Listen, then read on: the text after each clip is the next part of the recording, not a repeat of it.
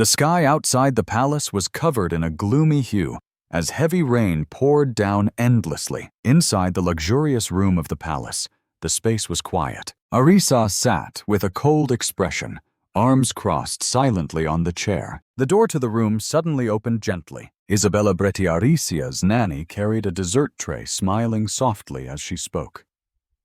"Your Highness, it's time for dessert." She glanced down at the book on the table, her tone melancholic. "That's enough, Isabella. War has caused food shortages, and dessert is too much of a luxury." Arisa's gaze was that of a noble and beautiful person.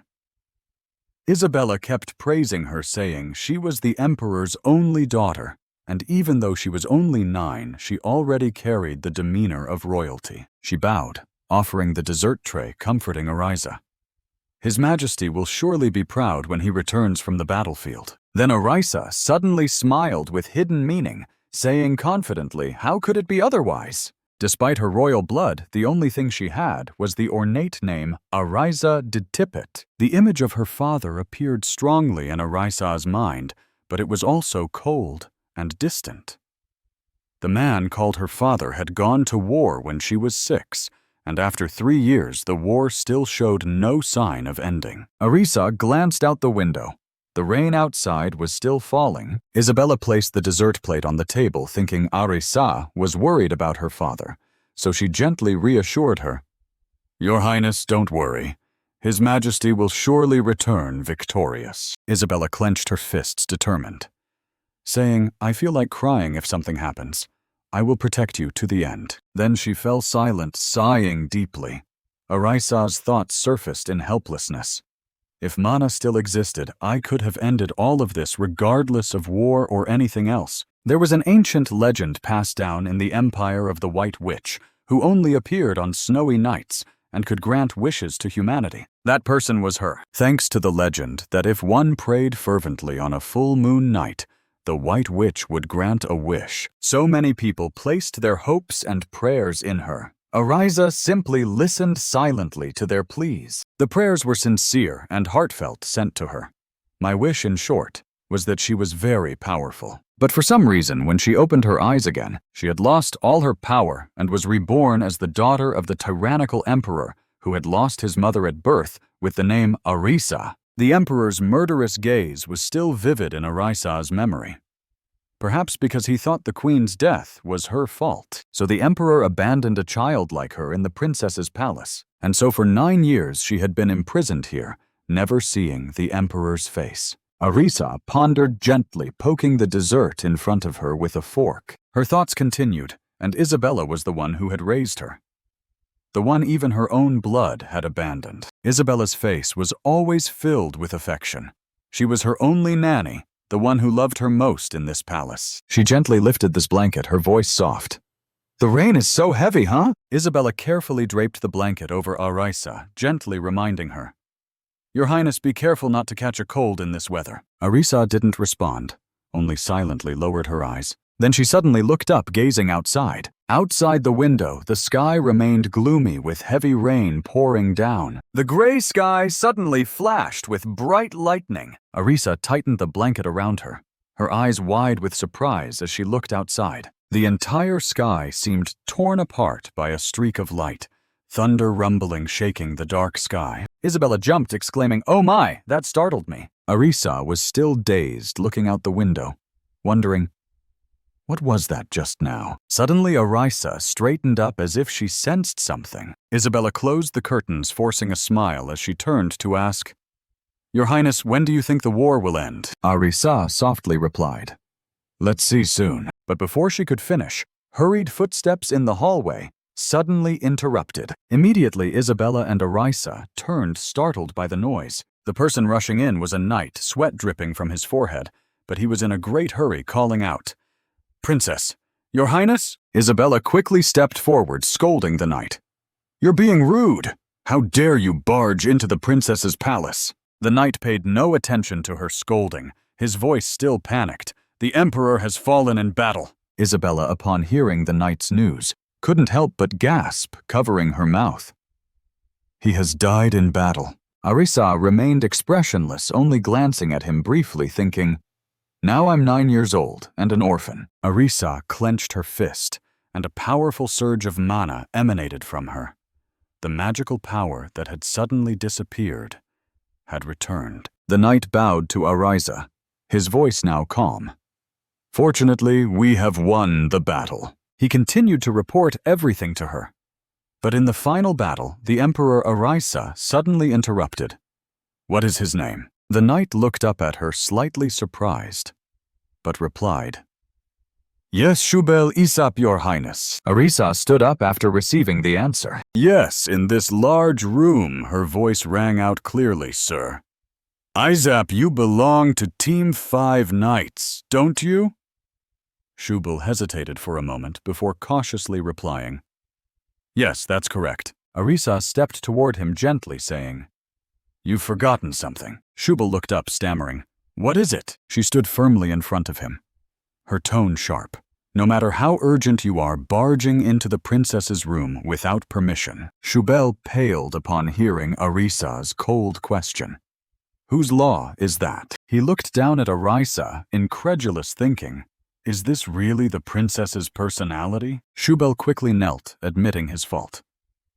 I apologize, your highness. Arisa walked past him coldly, not forgetting to add, Even if I am an imprisoned princess, you have no right to look down on me. Arisa quickly left under Isabella's astonished gaze. She felt no sadness over her father's death.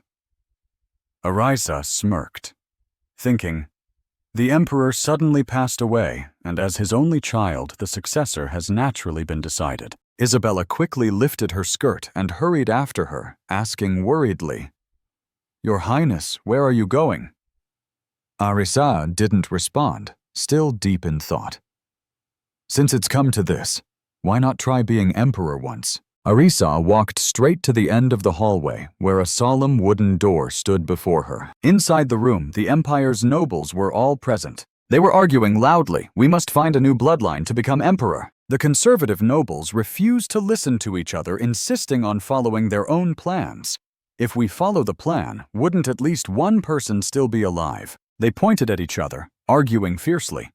It's ridiculous. The emperor killed all his bloodline when he ascended the throne. So what should we do now? The meeting room door suddenly burst open, smoke and dust flying out. A noble near the door was caught off guard and was knocked back, screaming in fear. The nobles who had been arguing loudly were startled, their mouths agape. Arisa's youthful but powerful voice echoed in the room. Why look so far away? The smoke from the explosion gradually cleared, revealing her small but proud figure. The noble who had been knocked down lay motionless on the ground. Once the smoke completely cleared, Arisa's radiant face fully appeared. She smiled cheerfully, saying, I'm right here. In the hall, the people around whispered among themselves. One of them spoke up. Who dares to sit in the emperor's seat? Arisa sat majestically on the throne, her arms resting on the armrests, looking down. One of them noticed something, stammering. Look at her hair. That platinum hair is exactly like His Majesty's. Moreover, her red eyes and gaze are identical. So could this be Princess Arisa?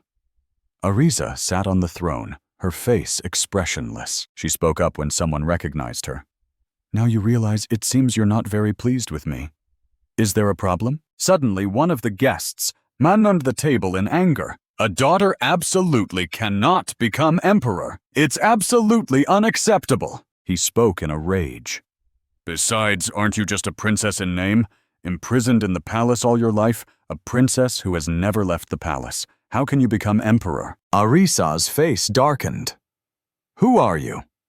Which family do you belong to? The question made him hesitate, not daring to say more. Arisa frowned, crossing her arms seriously, asking, I'm asking you, what is your name? All the guests there whispered among themselves. Isn't she only 9? At such a young age, she already has such a commanding presence. His voice softened, no longer daring to raise his neck and shout anymore. I am the Marquis of House. Parang. Arisa's voice immediately rose after hearing him introduce himself as the Marquis. Is that all you can think of? Arisa's voice rose immediately after he introduced himself. Marquis. Is that all you can think of? I didn't expect the Empire's leaders to be at this level. Even though I'm only 9, my authoritative aura is no different from my father's instilling fear in people. Everyone saw Arisa's demeanor as if His Majesty were standing behind her. Arisa rested her chin on her hand. Is it because I'm an imprisoned princess that I don't have royal blood? Do you think I'll become a puppet emperor? Family quickly defended himself. No, that's not it. One of them stared at her, thinking, are we really being overwhelmed by a 9-year-old child? How useless. The man stood up, bowing respectfully. I am Arnold Highness from the Duke Highness family. Greetings, Princess. He looked up, frowning. Your Highness, we are only concerned about one thing, your capabilities. Arisa listened to his words. The position of Emperor carries many responsibilities and capability is essential. Therefore, it's unreasonable to place a princess who hasn't proven her abilities on the throne. Moreover, currently not just 1 or 2 regions have been severely damaged by war, so we need someone capable to handle this issue. Arisa, seeing his argument, stood up from her chair. So you're saying the qualities of an emperor, right? Highness, pleased with the response, quickly replied. Yes, can you prove it? But she didn't seem worried at all. As for Arisa, nothing was difficult. Arisa snapped her fingers and a flash of light appeared. Then she lifted Highness's leg into the air. Highness was then lifted into the air, surprising him. Wait, what's happening? Arisa explained. You'll witness it firsthand and let everyone know. Then he disappeared before everyone's eyes. Everyone couldn't hide their astonished expressions. Instant teleportation magic can happen in an instant. I've never heard or seen such advanced magic without a magic circle. Has there ever been such a talented mage in history? Another person whispered to the person next to him. Though not a mage, His Majesty also reached the position of Sword Saint at that age. Indeed, they were all talented. Isabella, standing there, was also amazed by the magic she had just witnessed. She looked up at the throne, feeling a sense of reverence. Your Highness, at this moment in a village at the Empire's border, the 2 of them teleported here. Arisa felt the magic within her. It's been a while since I used magic, so I'm a bit nervous, but it's fine. I thought I'd lose my mana after reincarnation, but how did it return? Highness looked around at the desolate surroundings, startled. Your Highness, is this the border village? She replied, yes. I deliberately came as close to the border as possible. The damage is severe. I see the people around us suffering from hunger.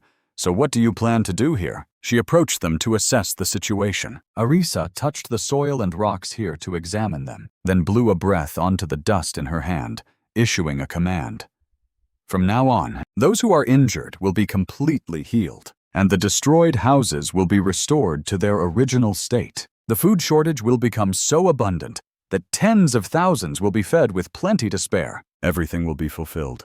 Arisa stood before the people and performed her magic. The people seeing this couldn't help but be amazed. Even Highness exclaimed, unbelievable. Then a golden light enveloped Arisa, and she disappeared before the people who were left in shock, wondering, was that a god? But those things were my miracles, Arisa. They then returned to the palace hall. When she and Highness returned, everyone was surprised. You're back. Your Highness? Where have you been? Arisa stood before them, crossing her arms proudly. I've already repaired the area near the border. They all wore expressions of disbelief. The war just ended yesterday, and you've already fixed everything. One of them couldn't believe his ears and asked, Highness, is it true? Even Highness looked surprised as he recounted, It's true. Your Highness fixed everything in an instant. Arisa silently watched them discuss. Your Highness just waved her hand, and the collapsed houses were restored. Food overflowed. Then she turned and left, feeling such a trivial matter wasn't worth the fuss. Suddenly she glanced over and saw Isabella looking at her with admiration. Arisa smiled slightly at her. Arisa turned to look at everyone. I didn't intend to show you this much and force you to acknowledge me. So from now on, look forward to it. I'll show you even more. Then she turned away. Arisa and Isabella walked together down the hallway. She secretly glanced at Isabella's expression, thinking Isabella seems very surprised. That's understandable, but Isabella walked silently without saying a word. 9 years ago, everyone was talking when Arisa was born. The princess should have been born into endless happiness. But the queen's death made her father cold toward her, and the entire empire resented her. What did this small life do wrong? I hope you won't be lonely and think you'll live alone. I will dedicate my entire life to becoming your family. I've been by your highness's side for 9 years. So Isabella thought she understood your highness best. The expression your highness just showed was one I've never seen before. I was so confused, unsure if this was the princess I knew. Did your highness intentionally hide her power? If your highness isn't ordinary, then IKEA. Suddenly, Arisa took her finger. Isabella looked down in surprise to see Arisa smiling at her. Isabella felt a warm flow entering her body. Arisa suddenly spoke. Isabella, are you surprised this is? Isabella smiled happily. Your Highness. Arisa was slightly surprised when she called her. Isabella looked out the nearby gate. The weather is so nice, huh? Then the two of them looked at each other. They smiled happily. In Arisa's heart, she told herself, yes, no matter who your highness is, I will stay by your side as long as I live. Thank you, Isabella. The gentle morning sunlight streamed in, painting the walls, with streaks of light filling the room with life.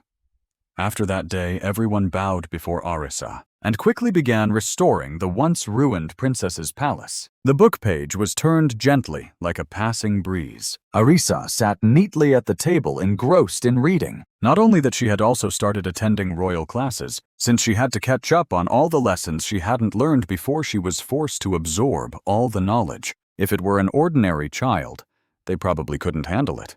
But for Arisa, it wasn't too difficult. A sudden knock on the door interrupted Arisa's focus.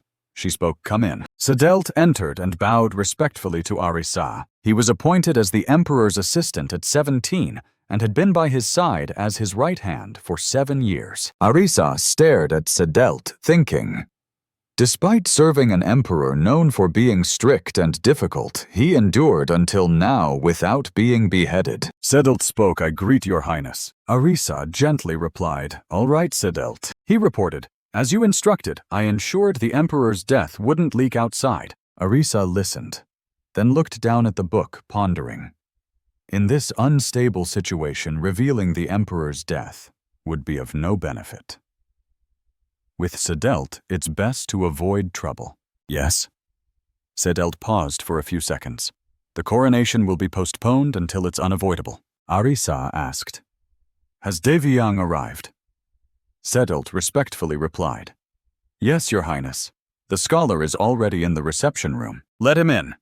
The door slowly opened. Debian Brook, a mage from the magic tower. But of noble birth, Arisa's magic teacher entered with a bright smile.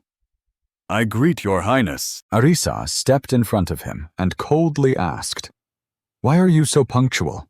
Devyang gloomily replied, "It's sad. Why do you say that?" After both sat neatly on the chairs he shared, "I always dedicate myself fully to your lessons." Arisa listened, and only hummed coldly. Then Devyang corrected himself. Starting from today, he flipped through the prepared materials and introduced, "This is a magic equation that even scholars and mages from the magic tower haven't been able to solve for years." Arisa crossed her arms, frowned, and stared at the materials, then sighed. "This." Devyang laughed. "Take it." She took it and said to him, "It seems you didn't think about teaching me." Then asked, "You just want to gain benefits, right?" Devyang laughed heartily. "I wouldn't dare teach your highness, so please answer quickly." Arisa said nothing and burned the materials in an instant. Devyang froze, clutching his head. No, you can't." Arisa didn't bother to look at him, turning away, her lips slightly parting like a sharp blade. Devyang shouted, "What?" "But luckily, I understand your highness's personality." He took out another set of materials and smiled smugly, so I prepared a copy in advance. You can see how serious I am about this lesson, right? Arisa sighed helplessly and ordered Devyang to hand it over. She sat neatly at the table and began writing something intently. Devyang stared at Arisa with sparkling eyes full of admiration, his cheeks slightly flushed, as if he had just stepped out of a dream he didn't want to wake from. He spoke, but the emperor was also very skilled in this field. That's right, as he was one of the few best swordsmen in the world. Arisa replied without changing her expression. Someone like that died in the war. Devyang sighed. That's why the news of His Majesty's death caused such an uproar. He continued, I heard the enemy emperor used black magic. Arisa paused for a moment. Devyang immediately stopped, as if realizing he had gone too far. He coughed and confirmed according to my sources. A terrifying force suddenly directed itself toward His Majesty, and a massive explosion occurred there. Arisa asked in shock. Happened there, Devyang replied. I heard nothing was left where His Majesty stood. He showed a sorrowful expression and emphasized nothing at all. Devyang continued, the search team has already set out, but found nothing. So everyone assumed he had died. Arisa thought blankly. Even if he was a swordsman, he was still human. If he was hit by black magic that corrodes both soul and body, she exclaimed, the chance of survival is almost zero. After a while, Isabella smiled brightly and wished Arisa good night. She agreed and wished Isabella the same. Under the dim light, Arisa lay still, as if she had fallen asleep long ago. But a moment later, her whole body jerked up, and she sat up with a panicked expression, as if she had just remembered something. Arisa's gaze fixed on the paper on the table. She gently raised her finger and used magic to control the paper. Arisa pondered, I feel a bit guilty toward Isabella. But if I want to become emperor, I must do something. Arisa frowned as she read the content on the paper, a series of child disappearances. This case seems a bit suspicious, doesn't it? The paper wrote a series of child disappearances. Currently, 6 children are missing from the village near the palace. The number of crimes targeting children is increasing. Below is the list of the missing Kaltomas: Zeke Stillwell, Nella Caven. Arisa looked out the window. It's already this late. The corner of her lips lifted with interest. Taking a walk in the image of a child at this hour is a bit strange, but this is also the perfect time to kidnap a child. A flash of white hair passed through the room, and a spatial vortex appeared. The scene shifted to the streets, now immersed in sleep. Amid the darkness, a flash of light appeared at a hidden corner. Arisa looked around. She stood alone in the middle of the street, not a soul in sight, only the cold wind blowing past. Arisa hummed thoughtfully. While casting magic, she smiled slightly. I have to use that method. A circle with dazzling magical flows appeared. The magical flows spread and infiltrated the entire city. Even the seemingly uninhabited forests suddenly revealed a strange house among the trees. Arisa thought this should be enough. In front of the house, 3 burly men stood guard. Arisa exclaimed, found it. The magical flows quickly succeeded in infiltrating inside.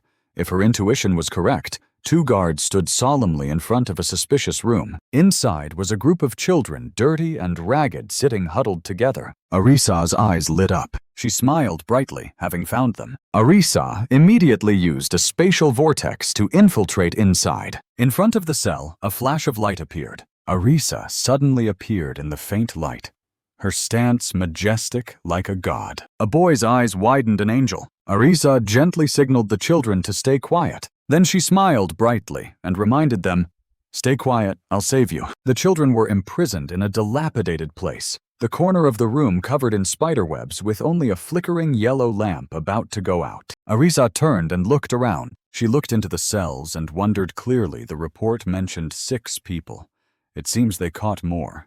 The children looked up at Arisa with pitiful eyes. She approached and gripped the iron bars of the cell. Arisa's body was surrounded by magical flows that spread everywhere, hitting each cell door, causing them to shake and open one by one. Looking at a pair of siblings huddled in a corner, she guessed, are they planning to enslave these children? A loud noise echoed in the hallway. Arisa's lips immediately lowered her gaze, turning cold, as if it could pierce through the night. The kidnappers panicked and ran in, shouting, "What's that noise? Why are the doors open?" When they saw Arisa standing in the room, they screamed, "How did you get in here?" Arisa said nothing. only sighed in frustration and snapped her fingers. The three kidnappers were immediately bound by magical chains, trembling and kneeling on the floor as if pulled down by an invisible force. They panicked and shouted, "Let us go! What is this?" Arisa looked annoyed. "Just die already." She turned and called the children. "Everyone come out. It's time to go home." But the children didn't move. Only their wide eyes stared at Arisa, making her slightly startled. "What's wrong with everyone? You're like stray cats." A girl among them raised her hand and explained, I don't know the way." Arisa raised her hand to her chin and pondered. 2 seconds later, she snapped her fingers as if she had found a solution. In a blink, Arisa and the children were outside. She pointed to the arrow sign above and asked the children, "If you follow this arrow, can everyone get home?" The children then held hands and left, not forgetting to wave goodbye to Arisa. She kindly reminded them, "Be careful." After everyone had safely left, she analyzed. "Actually, this forest isn't that deep. Why couldn't the villagers find the children? Is there something unusual?" The scene shifted to the palace. The nobles were discussing last night's events. They doubted whether the princess had really solved the series of child disappearances. One of them slammed the table and asked with a resentful expression, "Now, those imprisoned are the culprits of the kidnapping, right?" Someone replied, "Yes, we're currently interrogating them to find out who's behind it." Arnold turned to Highness and asked Marquis, "Why are you so happy?" He shared, "Of course I'm happy. The princess has solved a major problem." Someone expressed confusion. "Are you still eyeing the throne?" Highness slammed the table and asked, "Since the war broke out, the country has been in chaos, right?" He continued seriously, "But the princess has personally handled everything. How great she is." One of them replied, "I know. If that's the case, does the princess still need to prove her abilities?" The room suddenly fell silent, everyone looking sad. Now the Empire has a new son. The scene shifted to the prison where the kidnappers were being interrogated. They were tightly bound and kneeling on the floor. Arisa looked at them and ordered, "All right, kidnappers, confess. Are you involved in illegal slave trading?" One of them glanced away and denied, "I don't know what you're talking about." Arisa's face darkened. "I'll give you one last chance to confess. I'll find out one way or another." The kidnappers, seeing this, were terrified, sweat pouring like rain. One of them spoke, "We can't reveal anything. If we do, we'll face something worse than death." He fearfully explained, "You don't know how terrifying that woman is," before he could finish. His eyes froze wide open as if someone had choked him. His chest suddenly exploded, blood spurting out, leaving Arisa stunned. She instinctively stepped back. Arisa was shocked he's dead. But 2 seconds later, the corner of her lips curled up, showing excitement. Things just got more interesting. From the horizon, the radiant sun shone everywhere, making everything seem to awaken in a symphony of light. Arisa lowered her head and walked silently on the street. A thought flashed this time, instead of taking the form of a child. Arisa's body emitted powerful energy as she walked forward calmly. In an instant, Arisa transformed successfully. She wore a cheongsum, thinking, "I'll use this form to infiltrate more easily." Streams of people passed by Arisa. She just stood there, her eyes empty. A suspicious house appeared, making Arisa wonder, "Is the large casino at the end of the street over there?" She analyzed according to the memories I obtained from the kidnapper. The underground auction house beneath the casino is where illegal slave trades are happening. Why are they avoiding the royal family's gaze? If I catch the woman behind this, I'll find out. Suddenly, a person in a black cloak passed by, startling Arisa. The person softly apologized, "Excuse me." Arisa smiled and let it go. She suddenly froze, her eyes wide with shock. What is this? Arisa silently questioned black magic. Moreover, it was mixed with that person's magic. She decided to ignore it, as it wasn't her concern. Arisa continued walking. I'll go there first. At the casino entrance, 2 guards were checking the people in front of Arisa. We'll check for magical tools. She silently judged they're using such a ridiculous method. Arisa smiled faintly. They won't detect my magic as she expected. She was quickly allowed to enter. The atmosphere of the room was extremely lively, filled with laughter and the pleasant sound of cards being placed on the table. But Arisa was drawn to the sound. With this, we can participate in the auction, right? The casino employee smiled and replied, Of course. I worked hard to find this, Arisa thought in surprise. A golden ticket. Then she conjured a golden ticket. Arisa approached the employee and said, I'd like you to guide me. He was slightly surprised, but quickly agreed. The casino employee carefully examined the golden ticket with a magnifying glass. Arisa expressed her dissatisfaction. Are you planning to wait until the auction ends before guiding me? He hurriedly replied. No, that's not it. I'll guide you now. The two then entered a room with a sign that read, No unauthorized entry. The casino employee bowed at a 45-degree angle and respectfully invited Arisa into the elevator. Standing in the elevator, she smiled and looked down through the window. After leading Arisa to a luxurious room, the casino employee announced, We've arrived. I hope you have a pleasant time. It was the auction venue right beneath the casino. The corner of Arisa's lips curled up. She thought to herself, this is going to be fun. Inside the area was noisy as nobles took their seats, waiting for the auction to begin. Arisa quietly walked behind them and quickly reached her spot. She stood in front of a room and silently used magic to conceal herself, thinking, Before the auction starts, I'll investigate what's going on. Arisa passed by employees carrying items prepared for the auction, her eyes suddenly noticing something. Arisa D. Tippett said nothing, but silently realized these are items that only a duke's family could afford. Then she stood in front of other items considered quite valuable. Oh, there's even royal items here. Suddenly, a woman's voice caught Arisa's attention. Excuse me, Count? It was Kirase Liventris, standing in front of a fat count, conversing the people preparing. The children have already been arrested by the royal family. The fat count sighed, seemingly dissatisfied. Not like you at all yet, using such inferior methods. Kirase smiled slightly and replied, After all, the war has ended, so it seems the Empire has added more manpower. Also, my brother has prepared something very interesting today, so feel free to relax. Arisa D. Tippett eavesdropped on their conversation, paying attention to Kirase, thinking, Red hair. Is she the one behind all this? As she finished speaking with the Count, she turned to fetch something. When Kirase brought out a small vial containing a purple liquid, the fat Count's eyes lit up and he became cheerful, hurriedly asking Kirase, What exactly does your brother do? How can he bring such a valuable item every month? Kirase simply smiled and replied, That's something I can't say. Arisa continued to observe them, watching her place the vial on the table. I see, as long as we have this valuable item, it's fine. Leaving the room, Arisa deactivated her concealment magic and stepped out. Holding the purple vial in her hand, she examined it. Her eyes darkened as she realized what it was. It was a drug that was supposed to be banned. Yet Arisa didn't understand how Kirase obtained it. A drug only dark mages could create. Manufacture this item is rarely seen among humans. Black magic is a force that consumes life and soul. So according to divine will, it has been completely banned for humans. But even dark mages cannot easily create manufacture unless they are true masters. The auction was scheduled to begin in a few minutes. Arisa de Tippett's face darkened as she held the vial.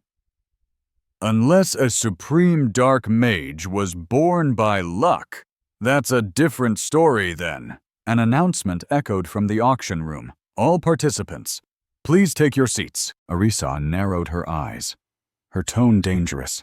You're playing a bigger game than I thought. In the luxurious auction room, participants stood on different levels, waiting for it to begin. Arisa stood high above, observing from above. A moment later, Kirase Liventris emerged from the wings and stood in the center of the stage, saying, We extend our gratitude and greetings to all our esteemed guests. Let me introduce myself confidently. I am the organizer of this auction, Kirase Liventris.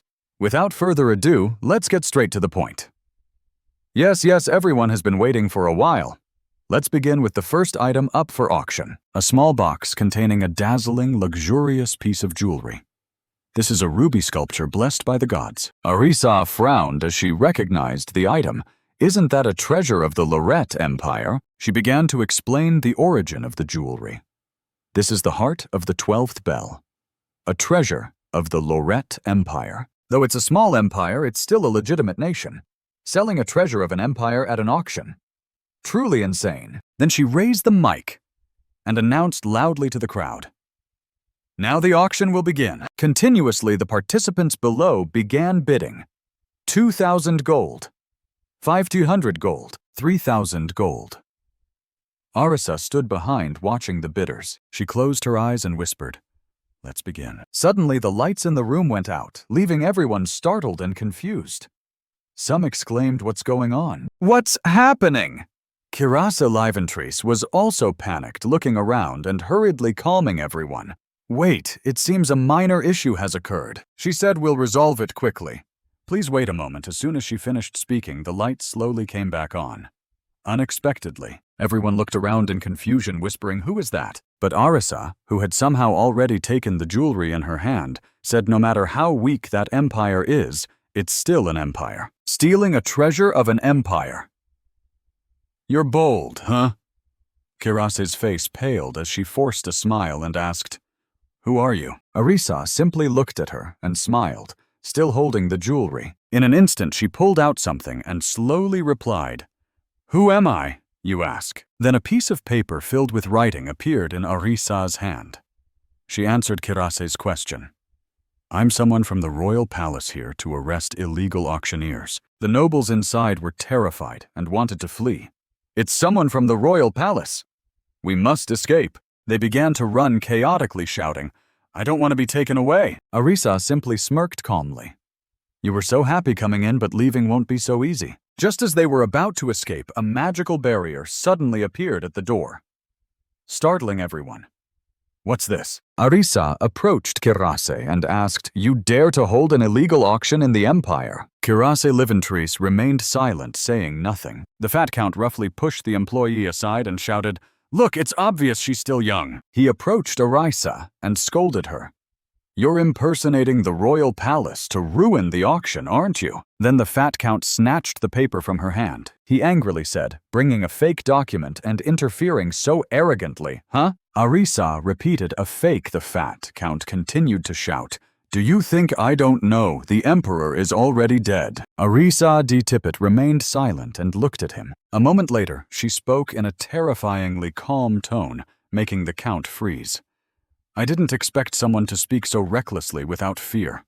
Like you?" Arisa raised her hand to pull down her hood. She pulled it down, revealing her white hair, and calmly replied, "Currently, no one in the royal palace can stamp documents. Even if you're a count from an unknown family, surely you must know that only those of royal blood have platinum hair." The count now realized his fear and stammered, "Platinum hair." He fell to the ground, unable to form words. Your Kiras came over to help him up. Arisa D. Tippett smirked. "What a pity," she said mockingly. "There's still one person in the royal palace who can stamp documents. Here, look." Kirase Liventrees looked at Arisa D. Tippett with fear. Arisa simply looked back at her with satisfaction. In the majestic palace, Arisa entered the room from outside, her demeanor quite composed. Suddenly a voice called out, catching Arisa's attention. "Your Highness." Isabella immediately ran over and hugged Arisa tightly, asking worriedly, "Where have you been?" But Arisa hugged Isabella back and replied, "It's nothing."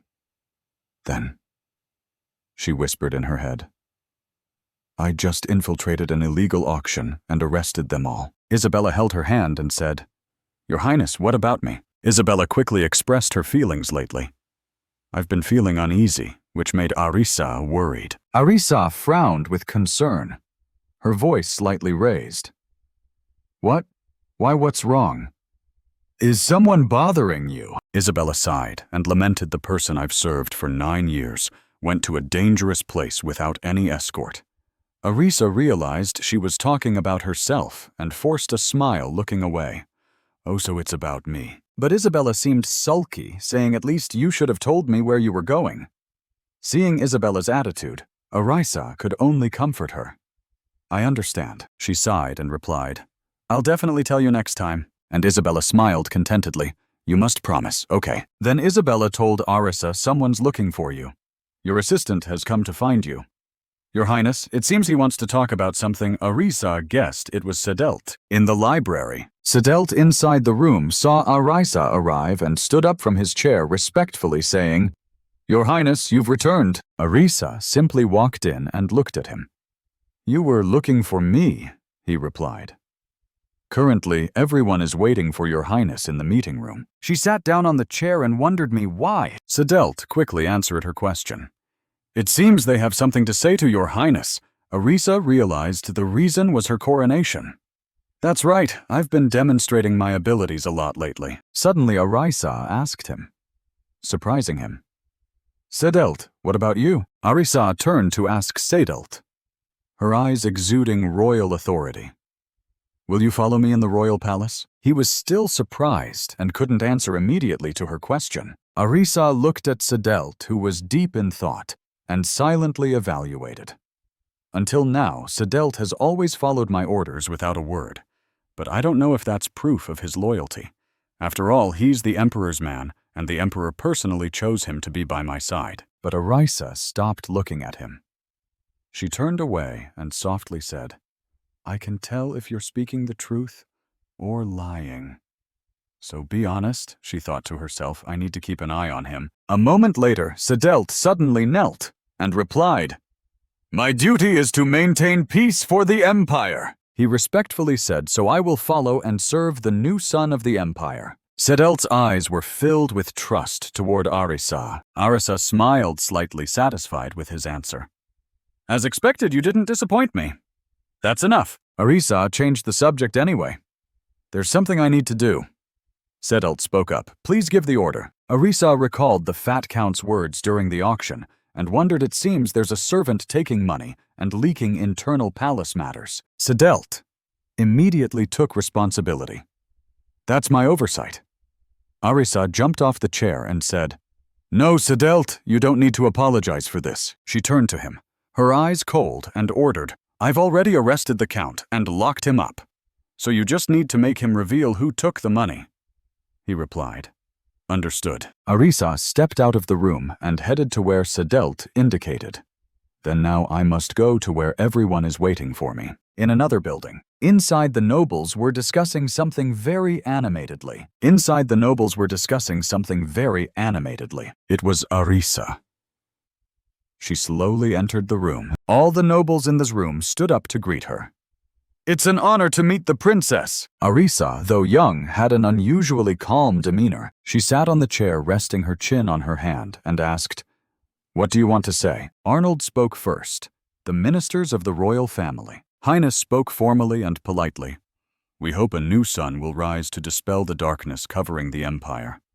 Please become the radiant sun that illuminates and protects this empire." Then all the other nobles echoed, "Please become the radiant sun that illuminates and protects this empire." Arisa remained silent, looking away. She closed her eyes. Then she called out, "Minister of Finance." He stood up and replied, "Yes, Your Highness." Then Arisa ordered, "Prepare the coronation." That afternoon, after the meeting ended, the sunset painted the sky red. Inside the palace, Isabella was brushing Arisa's hair. Suddenly, Arisa looked up at Isabella, who was brushing her hair, and realized. She gently asked, "Your Highness, are you tired?" Arisa looked at Isabella and remembered the memories of her care since childhood. When she was imprisoned by the Emperor and everyone turned their backs on her, Isabella was the only one who protected her. Arisa softly called Isabella. She quickly replied, "Yes, Your Highness." Arisa told her, "I will become the Emperor." From what Arisa knew, this place was no different from a giant prison, and Isabella was the only one who cared for her. Her warm hand held Arisa's and gently said, "I always believe Your Highness's decisions are right." She smiled softly and trustingly.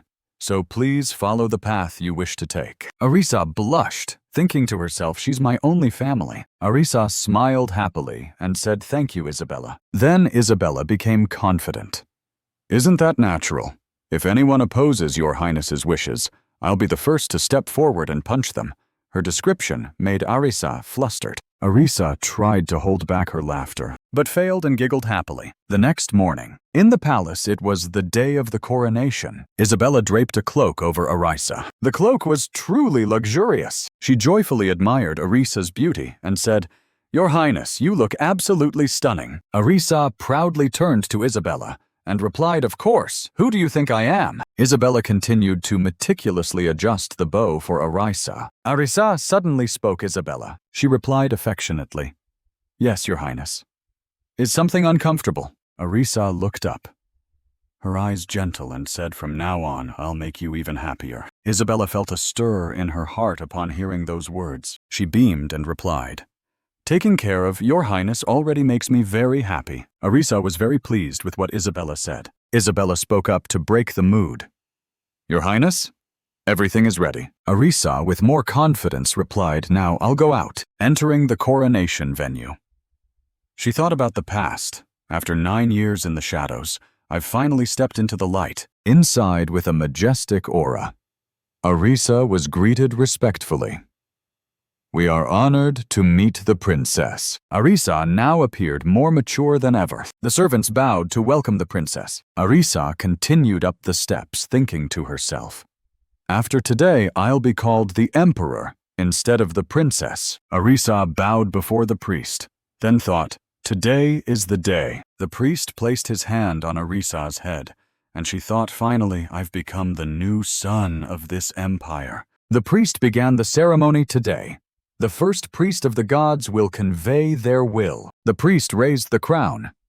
The new son of the empire, the symbol of the emperor. A loud noise caught Arisa's attention. The door burst open, white smoke spreading everywhere, making the space hard to see. Debris flew everywhere, creating chaos. Arisa and the priest were protected by a shield. Arisa silently glanced back, thinking not everyone can create this. Footsteps slowly approached. Robertus, with a dark expression, spoke in an annoyed tone while I was away. He continued looking at Arisa. "I'm very curious who dares to covet my position without fear." The atmosphere became suffocating due to the ominous aura emanating from Robertus. Robertus spoke with a face that seemed ready to devour. "So it's this face." The servant, flustered, spoke up. "Ah, no?" The person continued, still surprised. "Your Majesty?" The Emperor. The priest bowed to Robertus nervously. This interruption annoyed Arisa, who thought these people are really something. "What about the new son?" Arisa stood up and said, "Father, is that you?" She continued, "I'm truly sorry. This is the first time I've met you, so I didn't recognize you." Robertus frowned and replied, "You." Arisa greeted Robertus more seriously. "It's a pleasure to meet you, Father. I am Princess Arisa. I send my greetings to you." Robertus walked past Arisa. He indifferently spoke to the servant, ignoring Arisa, who was bowing to him. "Clean this place up." Arisa stopped bowing. Suddenly she said, "What a terrible temper." The crown was knocked aside. It fell to the ground and rolled near Arisa. Arisa turned around and said innocently, "Oh, did I just say what I was thinking?" Robertus was furious. He growled, "You dare!" His eyes glowed red as he held a sword to Arisa's neck, threatening defying the emperor's orders and leaving the princess's palace. "Now you covet my position." Arisa, without fear, calmly replied, "The empire is in chaos, so as the princess, I can't just sit still." Robertus continued, "Are you so foolish you don't know what death is?" Arisa smiled and replied, "Father, you're quite amusing." She spoke while gently pushing the sword away, "If what you say is true." Arisa's face darkened as she said, "Then this sword would have already cut my throat." Arisa continued, "The servants below are terrified by the current situation. Father, you must be tired after such a long battle.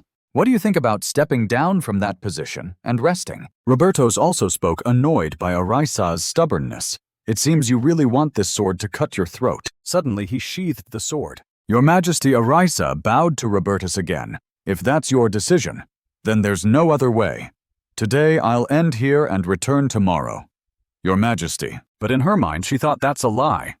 Who would want to come back? Robertus, after hearing this, spat out harsh words, "Get out of my sight." After some time in Arisa's bedroom at night, she was still deep in thought.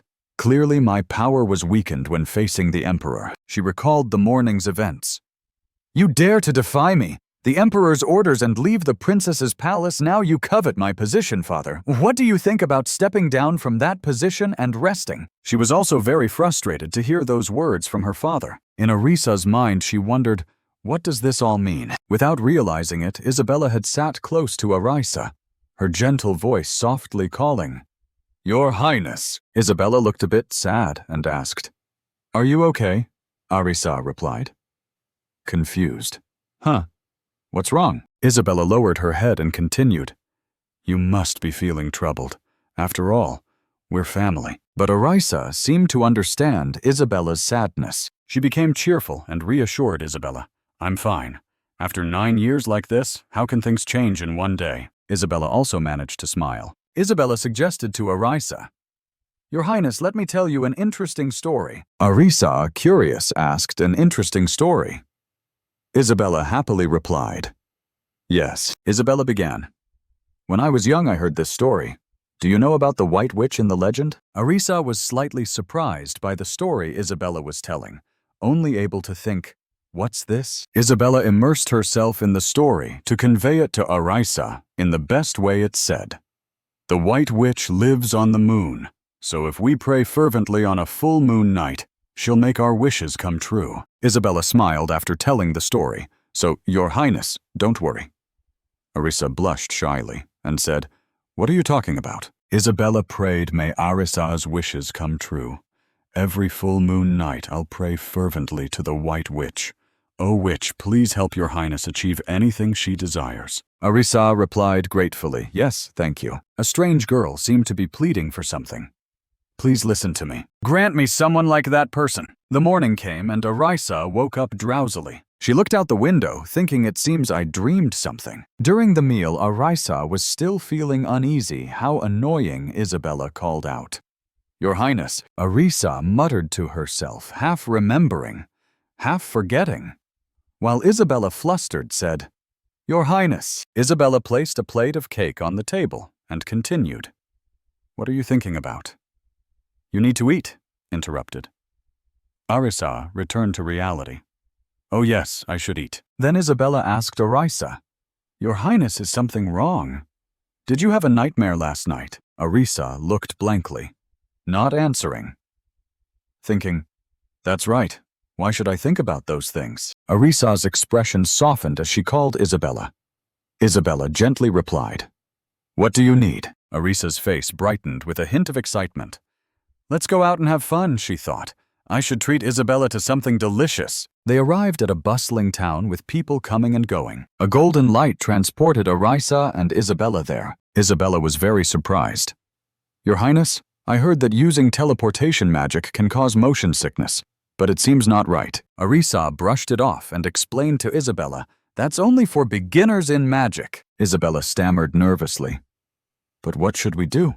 I didn't bring any money. Arisa pulled out a bag of money from her clothes. Arisa smiled brightly, signaling to Isabella. Don't worry, I've prepared everything. Isabella asked in amazement. Is this also Your Highness's power? Or where did it come from? Arisa proudly replied. It's nothing. As she spoke, Arisa recalled, I took it from the royal treasury as a precaution. After last time she thought smugly the effort I put in must be fully rewarded. Arisa spoke and extended her hand toward Isabella. You must have struggled a lot living in poverty for 9 years in the palace, right? She continued cheerfully today, whatever you want. I'll indulge you. Isabella now felt extremely happy. Isabella smiled brightly and replied, Yes, let's go. Your Highness, then. The two held hands and walked in a warm atmosphere. Entering the store, everything was luxurious, especially the dazzling dresses. The golden jewelry sparkled with elegance. The staff warmly greeted them. Welcome, we are Gloria's clothing store. Arisa said nothing, only showing the royal emblem, leaving the staff speechless. The staff, sweating, invited her to the VIP lounge. Isabella whispered to Arisa with curiosity. Your Highness, what did you show the staff? Arisa confidently replied.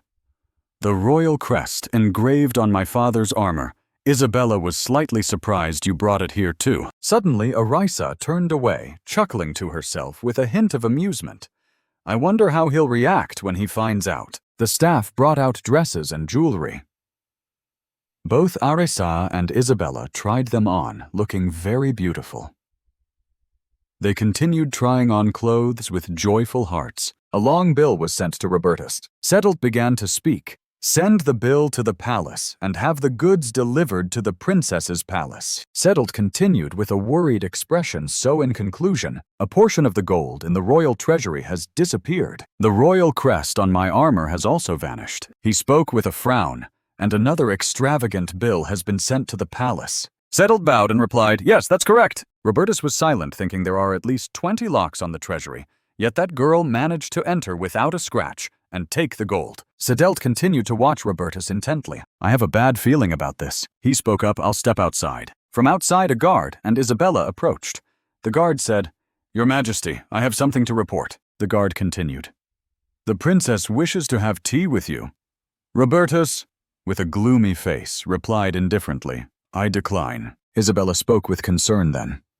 "Your Highness will be very sad," Sedelt thought to himself. "Does she not understand the princess's temperament?" Sedelt closed his eyes and sighed. He was very surprised when he opened his eyes. Robertus had suddenly disappeared. He could only exclaim, "Your Majesty," then louder, "Your Majesty." The scene in the garden was serene with a poetic beauty. Robertus was slightly surprised to find himself here, instead of his office. The clear lake reflected the sunlight, creating a shimmering surface as the gentle breeze carried the leaves fluttering. Arisa's soft voice spoke up. "The weather is beautiful today, isn't it?" Robertus stood still while Arisa enjoyed the weather beside him. Arisa lifted her teacup and savored it with delight. Then she turned to Robertus and softly said, "Since you declined tea, I prepared this picnic instead." Robertus remained silent, not responding. Robertus knelt beside Arisa, his face filled with disgust, and his voice became harsh. "What kind of game are you playing?" Arisa slowly stood up and replied calmly, "It seems being the emperor makes you uncomfortable. Sitting on the ground, doesn't it?" Arisa began to pull the cloth from the ground. She spun it around and transformed it into a more elegant table and chairs. She asked Robertus, "How about this?" Robertus calmed down and asked Arisa, "Why haven't you left yet?" Arisa rested her chin on her hand and looked at him. "What do you mean?" Robertus said irritably. "You have the ability to do so, and you must know that staying here won't change anything." Arisa remained calm. "I have nowhere else to go. This is my home." Robertus's harsh words came out again. "Do you think I won't kill you?" Arisa stirred sugar into her tea, smiling. "My father has no sense of humor," she continued confidently. "Do you really think you're capable of doing so?" Arisa spoke again. "I'm not staying here to save my life, nor do I seek your love." But instead, Robertus's face was filled with hatred. She lifted her teacup and drank calmly. Arisa continued indifferently looking at him. "I'm tired of living as if I'm dead. Tired of living in the same place every day." Robertus finally broke the silence. "Just keep living as if you're dead, like the past 9 years. Arisa replied bluntly. "But I don't like it." Ignoring Robertus, Arisa became more excited. "I didn't know the Empire had so many interesting things.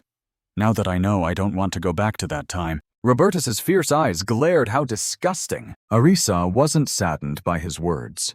She replied strongly, "What's truly disgusting?" As she spoke, she teleported him away. "I wish I could just throw him away." Arisa's eyes drooped, carrying a hint of sadness. Looking at her hand, Arisa thought of her father's earlier words.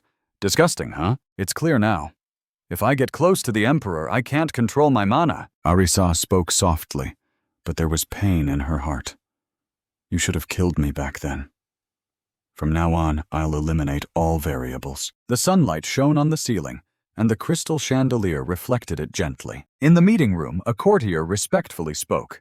"Your Majesty, for the past 3 years, we haven't held a debutante ball in the Empire. We can't delay any longer. There are people over 16 who haven't been introduced to high society." Sedelt, standing behind the Emperor, listened to the courtier and couldn't help but sweat. He glanced at the Emperor, thinking a debutante ball. It's a very important event in the Empire. It's where young women are introduced to high society. Usually at 16 girls have their debut, but for the past 3 years, the Emperor's absence and the war have prevented the Empire from holding this event. The courtier continued through this debutante ball. "We must make the nobility aware of the princess's existence." Robertus sat on his chair, his face serious. He understood the noble's intention was to force the princess into the public eye. Sedelt, seeing the noble's intentions toward the princess, couldn't help but feel tense. The war hasn't been over for long, yet they dare to defy your majesty. Robertus remained silent, deep in thought. After a while, as the nobles grew tense, he slowly spoke, startling them. The princess's debutante ball. Proceed with it. Seeing the emperor agree to hold the debutante ball. Sedelt was also very surprised and turned to look at him. Looking at Robertus's cold, stern face and his glowing red eyes, Sedelt couldn't discern his emotions. In a palace, in a flower-filled garden, Arisa was enjoying tea with her nanny. Receiving the news that the emperor wanted to hold a debutante ball for her, Arisa felt no ripple in her heart. She ate a cake and looked up to ask her nanny a debutante ball. The nanny Isabella, sitting beside her, was very excited and happily replied, "Yes, your highness. It seems it will be held in 2 weeks at the palace." Arisa's cheeks puffed up as she chewed the cake and asked her nanny, "Do I have to attend?" Isabella, with her hands clenched, replied seriously, "This banquet symbolizes victory, so you must attend. You've never attended a debutante ball before." Then she looked around to check if anyone was nearby. Seeing no one, Isabella leaned closer to Arisa and whispered, "It seems His Majesty has allowed the Empire to know of your existence." Arisa smiled lightly, pretending to cooperate. Is that so? Though she said that in her heart she didn't care much. Thinking, how could that be? Then she continued, "Then I'll have to attend." Seeing Arisa so indifferent, Isabella stood up abruptly, slamming her hand on the table, causing the teacup to ripple. Isabella looked at Arisa with a hint of displeasure, her words carrying a slight reproach. "Your Highness, isn't His Majesty being a bit too much?" Hearing Isabella's words, Arisa remained silent, looking at her with some confusion. Isabella's expression turned sorrowful, her eyes filled with emotion. "There's so much to prepare yet." The debutante ball was announced so close to the date. Isabella sat down, adjusting her emotions, exhaled deeply, and continued. "What should we prepare first, the banquet or the dress?" After talking for a while, she seemed to remember something and turned to ask Arisa, "Your Highness, you've never learned to dance, have you?" Arisa, confused, asked back, dancing. What, isn't this enough? Seeing the princess so nonchalant and clueless about the banquet, Isabella felt anxious and determined, thinking, "I'll teach her everything." Time passed, and there were 15 days left until Princess Arisa's debutante ball. The schedule was extremely tight-packed into just 2 weeks. The nanny Isabella carefully adjusted Arisa's hairstyle, and after a while of preparation, Isabella looked at the princess with pride as if admiring a masterpiece. Preparations for the banquet began with jewelry and dresses, then moved on to basic banquet etiquette lessons, along with daily dance lessons. Arisa's dance steps were a bit unsteady and exhausting, due to the overwhelming workload making her resent the emperor. "This is so tiring.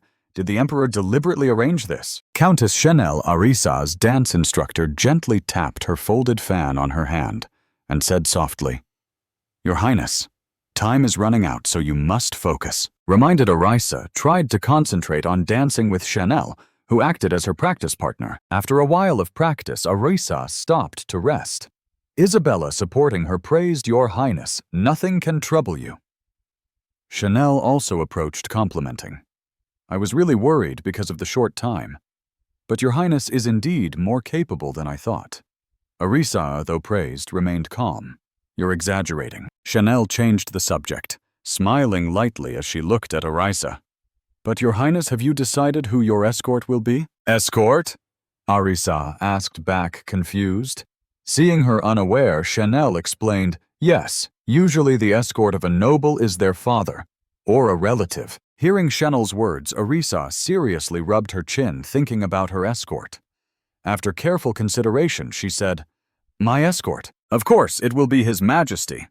The Emperor Arisa's declaration that the Emperor would be her escort left Isabella and Chanel utterly shocked. Night fell, the sky filled with stars, the full moon casting a faint light, making the stars sparkle beautifully. Arisa, exhausted after a long day, lay straight on the bed, troubled in her heart. I said that, but there's no way the Emperor would agree. Arisa turned to her side, her face showing a hint of sadness, whispering, "This relationship isn't something to even think about." The more she thought, the more disappointed she felt, making her frown in discomfort. She felt the dance she learned was useless and stopped caring, pulling the blanket to sleep, but couldn't help expressing her disappointment seriously. What's the point of learning to dance if I have no one to dance with? Though she said that her face couldn't hide her sadness and loss, making her feel it was truly a waste of time. While sleeping, Arisa heard a voice praying, "Please grant me a child." White Witch. A child like him. White Witch, I truly wish to meet my child in her sleep, Arisa murmured. Why is someone praying to the White Witch again? The praying voice continued, I hope he won't only love me, but also show love to that child. I want to build a truly happy family, him, the child, and me. We'll all be so happy. Please let that child receive love. Those sincere prayers reached the White Witch, and she responded, I'll grant that wish for you, for I am the all-powerful White Witch. Early morning, the sunlight shone on Arisa's face. She slowly woke up, her ruby-red eyes slightly dazed. Arisa sat up, rubbing her head, trying to recall last night's dream. But she couldn't remember anything. Why can't I remember anything? Did this even happen? Arisa slowly got out of bed. Step by step, she walked to the window, the sunlight bathing her small frame. Looking out the window, seeing her reflection in the window panes, Arisa fell into deep thought. Suddenly, she raised her hand to touch her face. Puzzled. What's this? It feels like I just closed my eyes for a moment. But my face is all swollen. At that moment, the sound of a basin falling echoed. A trembling voice called Arisa, catching her attention. Your Majesty. Seeing the person approaching, Arisa called out, Isabella. The nanny. Isabella stood outside the door, her face full of worry. A basin of water spilled at her feet, spreading across the floor. Before Arisa's confused surprise, Isabella ran quickly and hugged her tightly. Her voice filled with joy. Your Highness! Isabella held Arisa tightly, unable to hold back her tears, sobbing uncontrollably, seeing her nanny cry. Arisa, though confused, gently patted her back to comfort her and asked what's wrong. Did something happen while I was asleep? Hearing Arisa's question, Isabella stood up, looking at her with concern. Your Highness, do you know you've been in a deep sleep for 10 days? What Arisa was startled, looking at Isabella. She grabbed Isabella's arm, her face full of worry and urgency. 10 days. I slept that long. Wait, what about the debutante ball? In the majestic palace, on the table was a bowl of light mushroom soup. Isabella's voice rang out. I thought your Highness had contracted an incurable disease. Arisa, after tidying up, was calmly eating the mushroom soup. Hearing Isabella's words, she smiled lightly. At least this happened before the debutante ball, knowing she hadn't missed the debutante ball. Arisa felt relieved. But Isabella didn't see it that way and said the debutante ball. How can it be more important than your Highness's health? Worry was evident in Isabella's eyes. She fidgeted uneasily and asked, Are you really okay? Arisa, knowing her nanny was worried, smiled and exhaled deeply. Then Arisa smiled brightly, full of vitality, proving she was fine. Of course, that's why I'm eating normally now. While the two were talking, a voice called from afar. Your Highness! Your Highness! Looking down, they saw the magic teacher Devyang running quickly toward the castle carrying a bag. Seeing Devyang running excitedly, Arisa asked Devyang, Why are you running like that? A moment later on the table were colorful pastries and desserts looking incredibly appetizing. Arisa and Devyang sat facing each other. Arisa sipped her tea and spoke first. What's the matter? Why aren't you saying anything? Devyang pretended to be sad, wiping non-existent tears. Your Highness, how could I talk to you when you suddenly fainted during this time? Seeing Devyang's exaggerated act, Arisa felt speechless, seriously. She put down her teacup and asked, So you came here just to see if I'm awake? Hearing her words, Devyang hurriedly replied, Not exactly. After speaking, Devyang didn't know what to say next, feeling a bit awkward. After thinking for a moment, he spoke, Your Highness. Hearing him call Arisa, only hummed in response. Devyang smiled awkwardly and continued. Don't you want to visit the magic tower once? Hearing magic tower, the atmosphere around Arisa froze. Without hesitation, she coldly refused. No, I don't want to. Seeing her reject so decisively, Devyang was caught off guard and exclaimed, Wow, that was quick. Seeing Devyang's wide-eyed, open-mouthed expression, Arisa closed her eyes, turned her head away, and continued. You're definitely planning to bother me, asking me to dismantle a magic circle or something, right? I don't want to. Seeing her misunderstand, Devyang adjusted his glasses, looking mysterious. Your Highness, aren't you curious? Arisa looked at him, not saying anything, but she was a bit curious. Without beating around the bush, Devyang continued. The subjects are researching magic for the Empire. The subjects? The subjects? The word subjects echoed in Arisa's ears, making her feel extremely annoyed. Immediately, Arisa said the debutante ball is happening tomorrow and the day after. So I'm very busy knowing she would say that Devyang replied. In this matter, Your Highness doesn't need to prepare anything. You just need to go there to relax and change your mood. Saying that, he slowly stood up. Devyang walked in front of Arisa, placing a hand on his chest, slightly bowing in respect. By the way, it would be great if you could take a look at the magic circle. Devyang's words made her smile lightly, feeling a bit interested. Arisa no longer refused and agreed, extending her hand toward Devyang. All right, let's go. As soon as Arisa's hand grasped Devyang's, a golden light appeared. Then it enveloped the two of them. Streams of magical energy transported them to the magic tower. Inside the Empire's magic tower, Arisa and Devyang appeared on the staircase. As soon as she appeared, a voice called out. A mage with an astonished expression, wide-eyed and open-mouthed, pointed at her. Oh my goodness. Another mage hurriedly climbed down the stairs, looking at Arisa in shock. Could it be Her Highness the Princess? Seeing Arisa, the mages in the tower surrounded her, chattering excitedly. Your Highness, it's such an honor for you to come here. Did you just use teleportation magic? Arisa looked at Devyang, seeing him also being greeted by the other mages. Sir Devyang, you brought the princess here. That's amazing, praised Devyang, also happily replied. Bring her.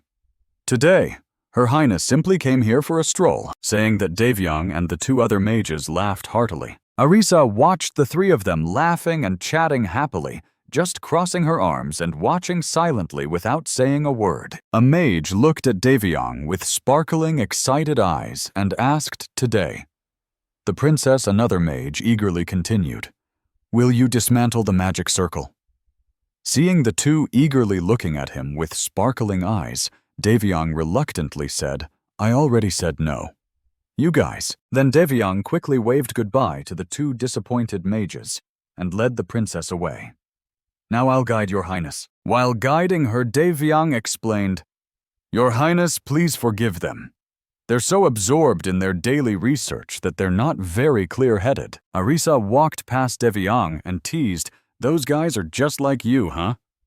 Hearing the princess compare him to those two, Devyang was a bit displeased. How do you see things so clearly? Arisa smiled and walked ahead without answering, leaving Devyang behind, sighing pitifully to himself. If you go up, you'll see the most scenic spot in the magic tower.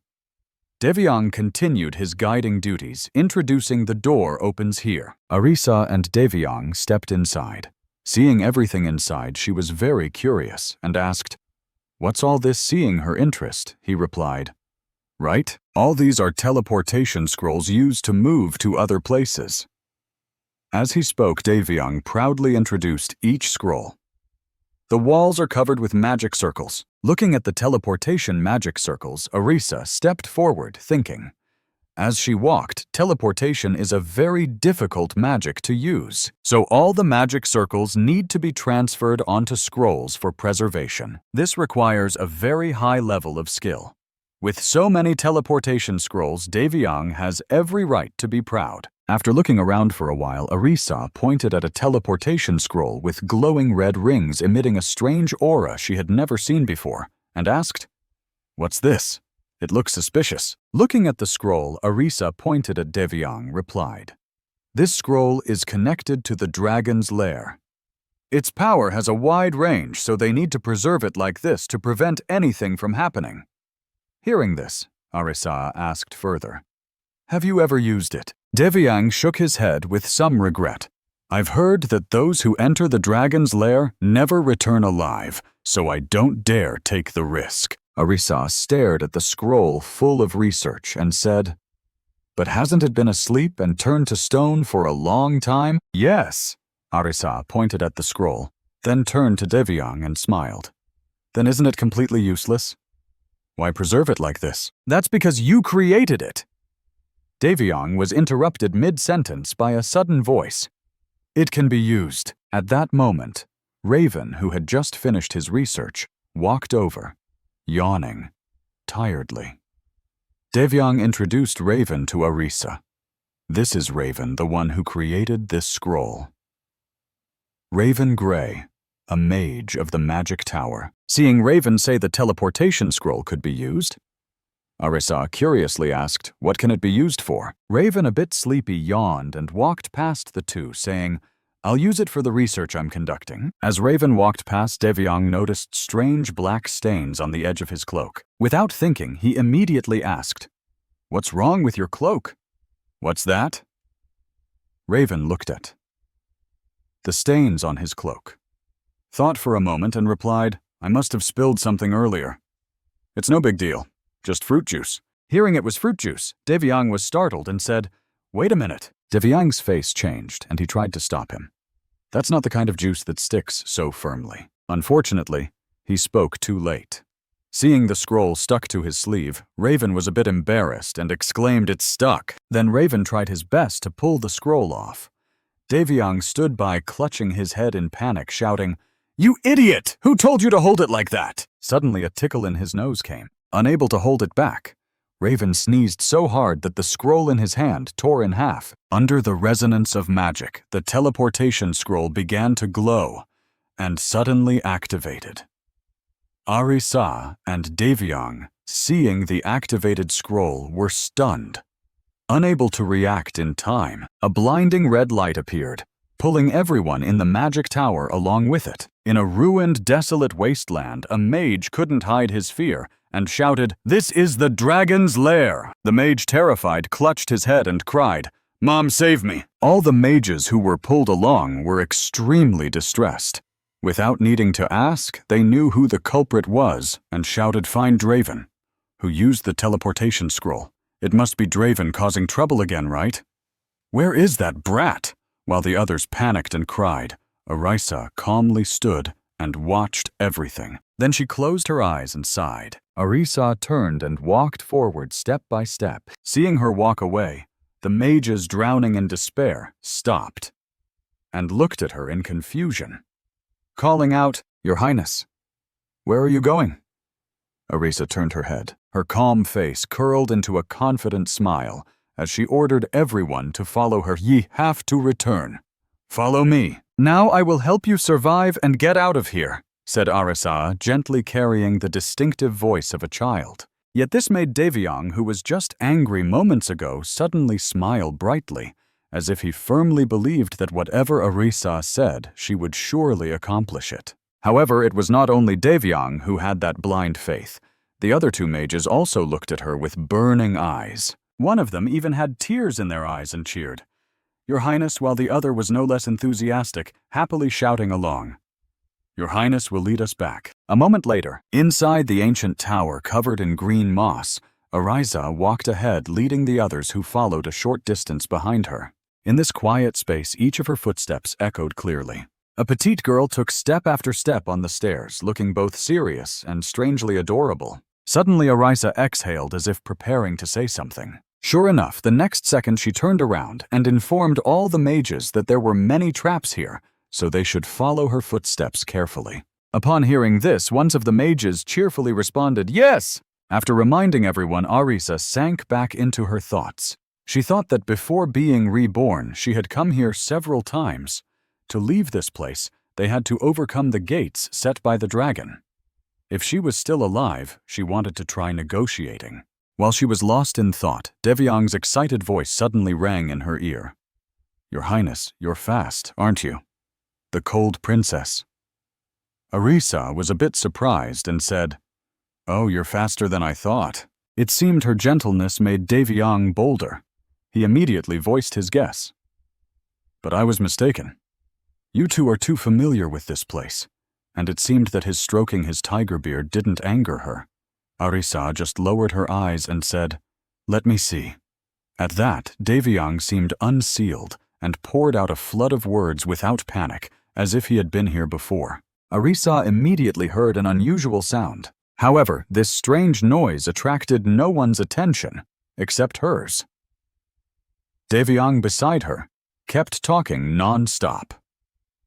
"I know there's nothing wrong, so why is your Highness embarrassed?" Suddenly, a sharp glint flashed through Arisa's cold and indifferent eyes. Without hesitation, she grabbed Devyang's collar, making him instantly stunned and silencing his incessant chatter. At the moment, Arisa pulled his collar forward. An object zipped past where he had just stood at an extremely high speed, and Devyang was completely unaware. Feeling himself suddenly thrown forward by the princess, he cried out, "Oh my God!" After narrowly escaping death, he immediately turned his head to look at the strange object. As he turned, he shouted unconsciously, "What was that just now?" It turned out the thing that attacked Devyang earlier was an arrow now deeply embedded in the thick wall without falling. For Arisa, saving Devyang was no big deal. She calmly moved forward, leaving the unlucky Devyang screaming behind her. "Your Highness, if you know you should tell me," Devyang complained. Arisa heard this and replied casually, "Even if I told you, you'd still react late." After some time, under Arisa's guidance, the group reached the top of the tower.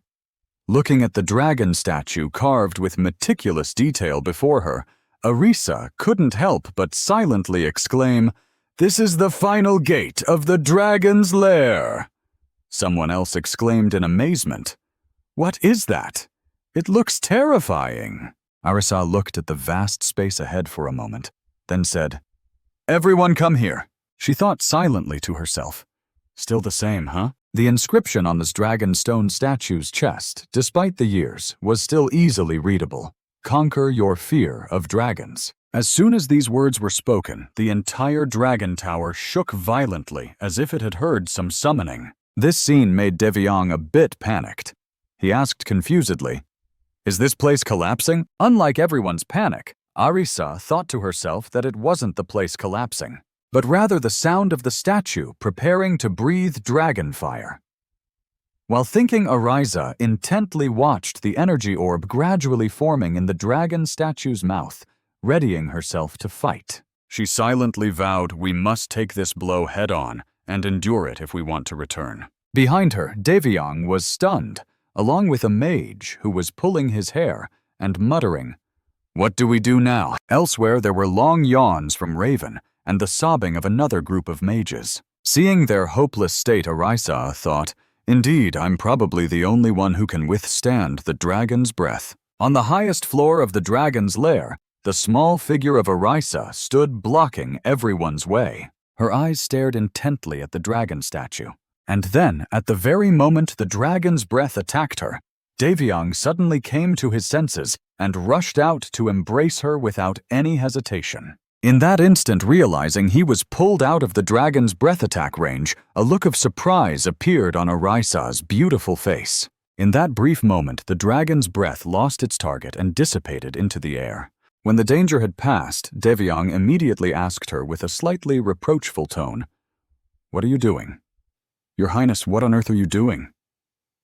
"Why didn't you dodge?" What Arisa unconsciously asked back, seeming not to have reacted yet to Devyang's reckless action. Seeing her confused expression, Devyang's anger flared even more, and he even shouted at Arisa, "Even if you are, Your Highness, how can you endure the dragon's breath?" But that anger quickly passed, replaced by worry, like an old father seeing his child misbehave. Devyang looked around anxiously and asked kindly, "Are you okay? Are you hurt anywhere?" After checking on the willful princess and seeing she was unharmed, he gently exhaled and grumbled, "Why did you do that? I was really worried, almost about to faint. Do you know that you shouldn't be so reckless anymore. I might not survive worrying about your highness. You have to take care of your health." Despite Devyang's nagging ringing in her ears, Arisa was still immersed in her own thoughts. We have to take that hit to be able to return. Her small hand clenched the skirt now covered in dust, thinking silently. Why are you so angry? Putting aside these complicated feelings, Arisa's group had now returned to the princess's palace. Arisa was silent for a long moment, then suddenly called out to Devyang. With a hint of embarrassment, the princess continued. Can you put me down? I really am fine. Devyang, who was carrying the princess, then curiously asked, Put you down? Just then, Isabella passed by, saw the two covered in mud, and exclaimed in surprise, Your Highness, where have you just come from? She teared up and asked Arisa, Are you hurt anywhere? Arisa immediately explained, No, nothing happened. Devyang just overdid it right. Devyang spoke as she smiled brightly at him. Sensing a faint threat in the air, Devyang quickly responded, Yes, that's right. Your Highness is fine. It's just that I was overprotective. Seeing him talk too much, Arisa immediately kicked him in the waist to shut him up. Not only that, Arisa whispered into his ear as if warning him. Devyang immediately turned his head. His clever mind quickly shifted gears and said, That's why I carried your Highness from the magic tower here. Hearing this, Isabella breathed a sigh of relief and said, Oh dear, let me bring you a towel. While running to get the towel, Isabella thought absent-mindedly watching the two of them. Behind her, Devyang had already put Arisa down as she requested. When Arisa was steady on her feet, Devyang still refused to stand up and instead brushed the dust off her feet. Arisa looked at him intently as if pondering something. Then she suddenly called him Devyang. Reflexively, Devyang immediately responded to his mistress's call. Yes, Your Highness. Arisa looked down at the young mage and seriously asked, Do you want to attend the debut ceremony with me? This invitation surprised Devyang so much that he felt a tingling sensation for a moment. Then he suddenly smiled. In a half-demon stance, Devyang extended one hand, his voice clearly joyful. It's an honor for me, Your Highness. Would you like to dance? Devyang's action made Arisa so happy that she covered her mouth to giggle, her mud-streaked face blushing slightly. But after that moment of impulse, Devyang's reason returned. He slightly withdrew his hand and cautiously asked her, But Your Highness, is that okay? His question made Arisa feel puzzled. What she asked aloud. Hearing the implied permission in her question, Devyang honestly expressed his feelings. After all, this was the first time he would attend a debut ceremony with her. It was Your Highness's first debut, and attending with me might be a bit. Although Devyang didn't finish his sentence, everyone understood the deeper meaning. Arisa, always straightforward, immediately asked him directly, So what do you think? If you become my companion, will the Emperor hate you? But it seemed what she thought, and what Devyang thought, were not on the same topic. Devyang frowned and said, That's impossible, Your Highness. I just simply want to ask if it's okay for me to attend the first debut ceremony with you. Perhaps Your Highness does not know, but all the mages in the magic tower are treated like eccentrics, no matter how high their status or how illustrious their reputation. In front of them, they are praised, but behind their backs, they are considered mad. So I am very worried. The more I speak, the more Devyang's mood plummets until the light in his eyes almost goes out. You can see how helpless he once was. He said, I worry that because of me, Your Highness's status might be lowered. Arisa looked at Devyang, who was immersed in his own negative emotions, and thought, This worry is so strange, something I have never received from the person called father. Arisa stretched out her small hand and grasped Devyang's finger. Her usually childish voice now carried a hint of indifference to worldly matters, Devyang.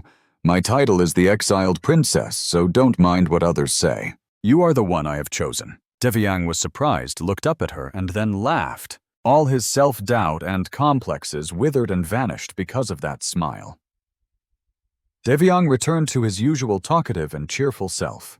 But Your Highness, Devyang started with this and that, again making Arisa a bit annoyed. And then what? She asked. Devyang scratched his head embarrassedly and said, I'm not very good at dancing. Is that okay? She comforted him. It's probably fine. You just need to follow me to the party. Although on the surface, everything seemed normal, only Arisa knew this was the second person to step into her world. Time flew by like a shuttle. Before they knew it, the day everyone had been waiting for had arrived. On the day of the debut ceremony from early morning, the palace maids busily made up Arisa from head to toe, hardly resting at all. And their efforts did not disappoint.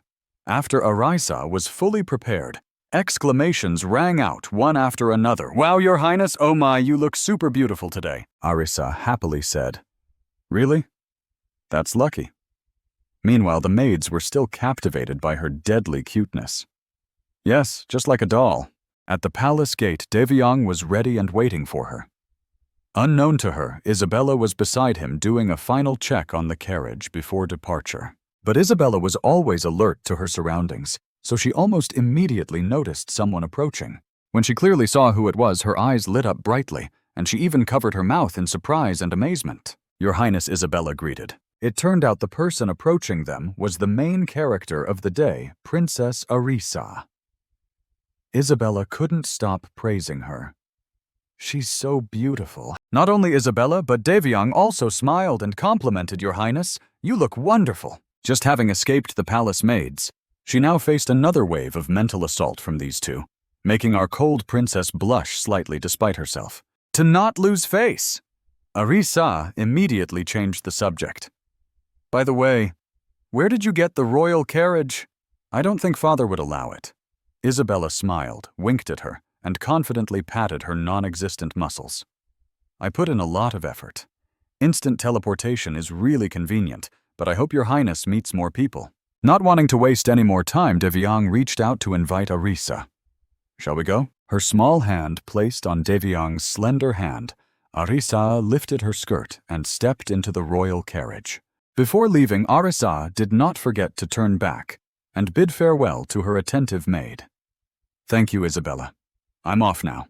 A while later, the royal carriage brought the two to the royal palace. After getting off the carriage, Arisa linked arms with Devyang and leisurely walked inside. A servant standing guard at the palace's main gate placed his hand on his chest and respectfully bowed to her. "It is an honor to meet the princess. You only need to go up to the second floor."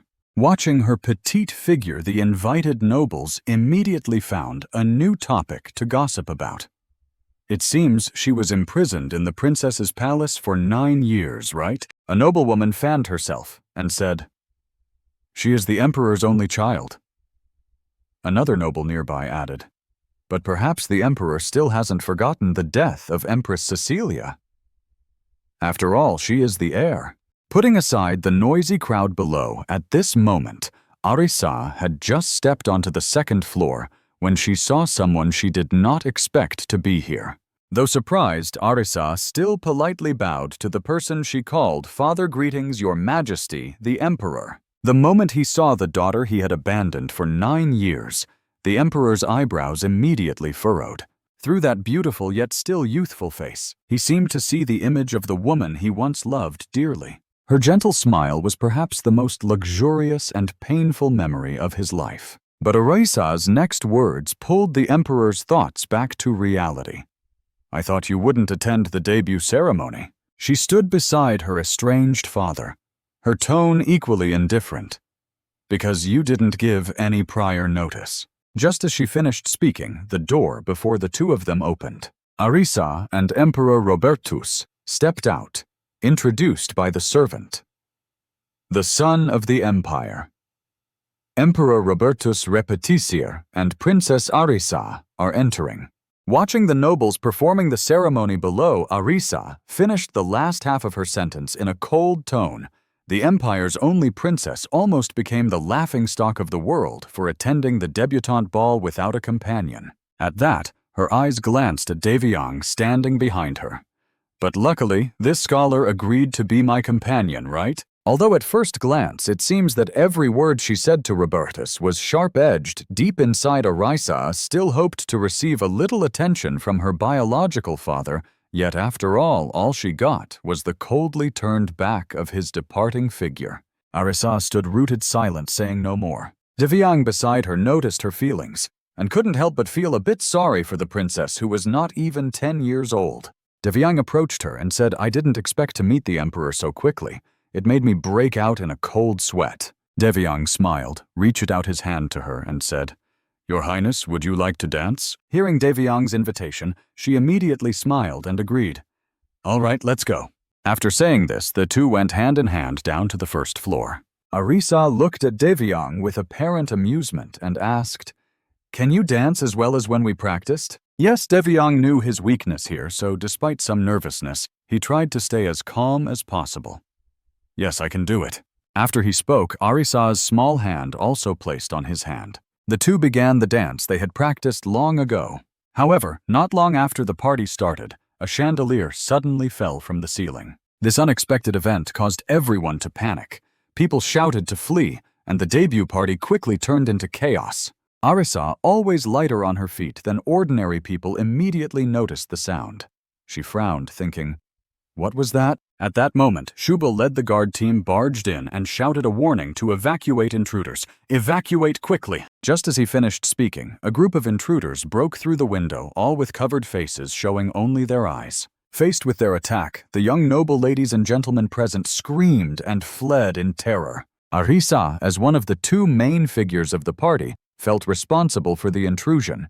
She said, "Devyang, evacuate everyone." Devyang immediately replied, "Yes, Your Highness, you must be careful." After receiving the task, Devyang immediately guided everyone toward the exit. On the other side, Arisa covered her nose and mouth to block dust and looked around to see if anyone was left behind. Then she saw a noble lady hiding in a corner of the palace. Approaching her, Arisa immediately reached out and said, "What are you doing here, miss? Get up quickly." The other seemed quite surprised by her appearance, stammered, "Your Highness," and let herself be pulled up. Yes, time is short, so the fastest way is to be firm. Arisa did not hesitate to scold her directly. "Calm down, or you'll die here." This shout almost immediately sobered the other, who stammered back, "Yes, Your Highness." Seeing she had calmed down, Arisa immediately led her toward the exit. But while running, she suddenly sensed someone approaching from that side. With this thought, Arisa quickly turned to look toward a corner of the palace. Almost without hesitation, Arisa reached out and gathered her magic power, ready to send the assassin to the afterlife. But this time, she couldn't use magic. This malfunction made Arisa immediately withdraw her hand. She looked down at her hand in disbelief, and even unconsciously exclaimed, "What's going on?" Her daze was noticed by Devyang at the exit, but due to the distance, even if he noticed, he couldn't do anything. Seeing the intruder getting closer, Devyang could only shout in despair, "Your Highness!" Rewinding a few minutes earlier, Shubal Isap, a royal knight responsible for protecting the emperor and princess, was now staring blankly at the chaotic scene before him. A cold sweat rolled down his cheek as he wondered, where exactly are His Majesty and the princess? When Shubal finally ran into the palace, he found one of the two. However, what he saw was the enemy's blade about to stab the petite body of Princess Arisa, accompanied by Devyang's desperate scream, "Your Highness!" Almost instantly, Shubal sprang forward toward the assassin. While Arisa was dazedly looking at her hand, the assassin was dealt with by Shubal, and even the bright red blood splattered onto his cold, indifferent face. After handling the enemy, Shubal immediately anxiously asked the princess, "Your Highness, are you all right?" However, just as he finished speaking, the scene before him surprised him so much that he was speechless. Looking at the girl busily scanning around with an indifferent expression, a complex feeling rose in his heart. Even with death and blood splattered before her, she was not shaken at all, not like a 9-year-old child. At this moment, Arisa had no time to care what others thought of her. Her eyes glanced to one side as if confirming her suspicion. Yes, just as she suspected, there was one behind the pillar and another on the other side. Why couldn't she use her power earlier? If so, losing this battle means trying another way. Arisa immediately called out. Sir Isap Shubal was startled by her voice, but politely responded, "Yes, Your Highness. Give me your sword." Arisa immediately made her request, which puzzled him a bit. "My sword, Your Highness." Before he could react, she snatched the sword from him and walked away. With each step she took, the sword dragged across the carpet, leaving a long tear. Yet she didn't care about this, only thinking that her magic was unstable. How frustrating. In my past life, I wasn't like this. If I can't use magic this time? Taking a deep breath, Arisa pointed the sword straight down to the ground, as if preparing to do something very important. But as she raised her hand, she comforted herself. Don't doubt it will be fine. Believe in yourself. As soon as she finished speaking, she put all her strength into her arm and stabbed the sword into the ground. Around Arisa, a huge magic formation appeared. The assassins trying to approach her were slowed down by ice magic. It was even strong enough to immobilize them completely. Shubal was amazed at the power of the magic before him. She sighed thoughtfully. No problem, huh? She slowly withdrew the sword from the ground, then swung it to defeat the assassins. After a while, having tied them to a nearby pillar, Arisa gently dusted off her skirt. She calmly wiped the blood from her face, thinking about Devyang. She saw Devyang's figure fainted nearby. She was very shocked. Then she immediately shouted loudly, calling his name. Devyang. In some room within the royal palace, Arisa stood looking at Devyang. She frowned in discomfort, silently blaming even the emperor for disappearing. Yet you're still here saving everyone. Devyang's condition worsened. Arisa used her magic on him. A golden light enveloped him. Devyang's complexion became more relaxed. She sighed exhausted. Arisa sat down on a nearby chair, feeling frustrated. The royal palace was in chaos, and what was the emperor doing? Suddenly there was a knock on the door. She immediately said, "Come in." Sedelt ran in, pale and panting, saying, "Your Highness." Hearing him, she felt very confused. Scene shifts to the emperor's bedroom. Arisa and Sedelt stood there assessing the situation. Robertus lay motionless on the bed. She thought to herself that she sensed dark magic. Has he been hit? She stared at him, pondering. In the last battle, he was struck by dark magic but survived and returned, though his health seemed completely weakened and frail. Arisa asked the court physician beside her. "When will he wake up?" He awkwardly replied. "That needs further monitoring." Noticing her murderous glare, he panicked, fearfully explained. "Anyway, His Majesty's body is exhausted from prolonged war." She frowned. "You mean you don't know exactly when he will wake up, right?" The physician immediately knelt down, stammering, I will do my best." Sedelt, worried, leaned closer and whispered to her. "Your Highness, Lady Kira has escaped from prison." She was stunned by his announcement. "What? Tell me more," he continued.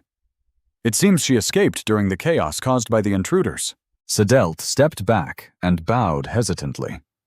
"I know this is not the right time to say this, but if His Majesty remains absent for a while, Your Highness will have to handle urgent matters." Arisa immediately replied, "I don't like that making him uncomfortable." "Yeah," she smiled wryly. "What if Father wakes up angry thinking I covet his position? I'm scared." She noticed he was feeling awkward. His image now was of dark circles under his eyes. For 3 years, the Emperor had been on the battlefield handling all affairs. She was helpless. "Have you found the origin of the explosion yet?" Sedelt was a bit surprised, then reported yes. The origin of the explosion and the intrusion. "Is the prison under the palace?" she asked. "So those strangers are also connected to Lady Kira?" He replied, "I think so, and am investigating further." Arisa pondered. They breached the palace's defenses and infiltrated the party without making any noise. She smiled proudly. "Seems there's a mouse in the palace." She ordered to find the missing prisoners and Lady Kira at all costs. A while later, Arisa looked intently at the map, thinking she would search for Kira's traces around the casino. But Kira was too cunning, hiding traces everywhere, making it impossible to distinguish the real ones.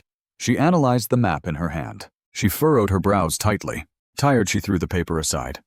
Really tired. Arisa pondered, not knowing what kind of person Lady Kira was. Clearly, this wasn't the act of just 1 or 2 people. "I have to investigate this too. If the Emperor wakes up with nothing to do, that could be quite troublesome." She thought, then sat up. She continued to ponder, but the problem wasn't that. It was her mana. Arisa looked intently at her power. "I have to check what the reason is," she thought, and immediately went to the Emperor's room. The door to the room opened. 2 maids were surprised by her appearance. "Oh my," she spoke loudly. the princess, which startled Arisa, who signaled for silence. Arisa gently approached Robertus. She tried to use magic. The golden light gradually faded. She thought, approaching the emperor, I can't control my mana. She couldn't even use magic. Arisa tried touching him. From afar, a maid emotionally said, Your Highness, wonderful. You hope His Majesty wakes soon, right? Another maid smiled. Even if imprisoned by his father in the palace, he is still father. After a while, Arisa worriedly realized that finding the emperor's weakness was very difficult. What exactly was the relationship between her mana and the emperor's? Robertus lay motionless on the bed. Suddenly, he moved his face slightly. She was astonished. Arisa turned and quickly left. The maid wondered, is she leaving already? She tried to call her back. The princess's movement woke Robertus. He glanced toward the door only to see it wide open and empty. Sedelt stood to one side and said to Robertus, who was still sitting on the bed, I will report. His gaze focused on Sedelt's words about the explosion at the debut. Report. Sedelt carefully looked at the papers. The princess had asked him to investigate further. The escaped prisoners had been caught and imprisoned again. But Lady Kira's whereabouts, the center of the case, still needed investigation. Robertus spoke. There's a mouse sneaking around the palace, huh? This surprised Sedelt, who saw the emperor was very serious. Sedelt bowed. I have reported everything, Your Majesty. He pondered just like father and daughter. He recalled Arisa's words about a mouse in the palace. He ordered to continue investigating under the princess's command. He then obeyed the order. Scene shifts to a secret underground chamber. Mysterious figures were talking excitedly. They noticed someone's figure approaching. Kirase Smug walked over. Everyone around began to laugh. She immediately said, The Empire's takeover is not far off. In the royal palace, Arisa looked intently at the letter in her hand. It read, You are invited to a tea party, princess. If there are no issues, what do you think about enjoying tea with me? I await your reply. Elizabeth Herdeve. Isabella smiled and approached Arisa. The tea is wonderful, Your Highness. She felt confused about Elizabeth Herdeve. She mentioned, I heard the daughter of Duke Herdeve is the same age as Your Highness, Isabella said. Arisa was still pondering. Isabella was excited. Anyway, you've debuted to the upper class, so building relationships will be better. Her eyes shone brightly as she looked at Arisa. Arisa helplessly replied, Is that so? Arisa had to accept and replied to them, I agree to attend the tea party. Isabella responded enthusiastically. Yes, Your Highness. Arisa looked at her and said to Isabella, It's confusing too. She smiled. Let's take a walk in the rose garden. Isabella smiled and replied, Yes, Your Highness. In the rose garden, Isabella looked around. The weather is really beautiful today, and Arisa smiled, walking ahead. Yes, it's no wonder the rose garden is the pride of the royal palace. Yes, she said, then held her hand. But Your Highness, what if we happen to meet His Majesty? Arisa suspiciously asked Isabella. Are you afraid of His Majesty? Isabella worried. How can I not be afraid? She smiled, thinking at most, he's just like a cat that glares at others. She reassured Isabella. It's okay. If we happen to meet Father, just greet him and move on. Arisa turned to ask Isabella, Let me tell you something interesting. She was a bit curious. Something interesting. She continued walking. Do you know there is a teleportation magic formation here? Isabella worriedly replied. No, Your Highness.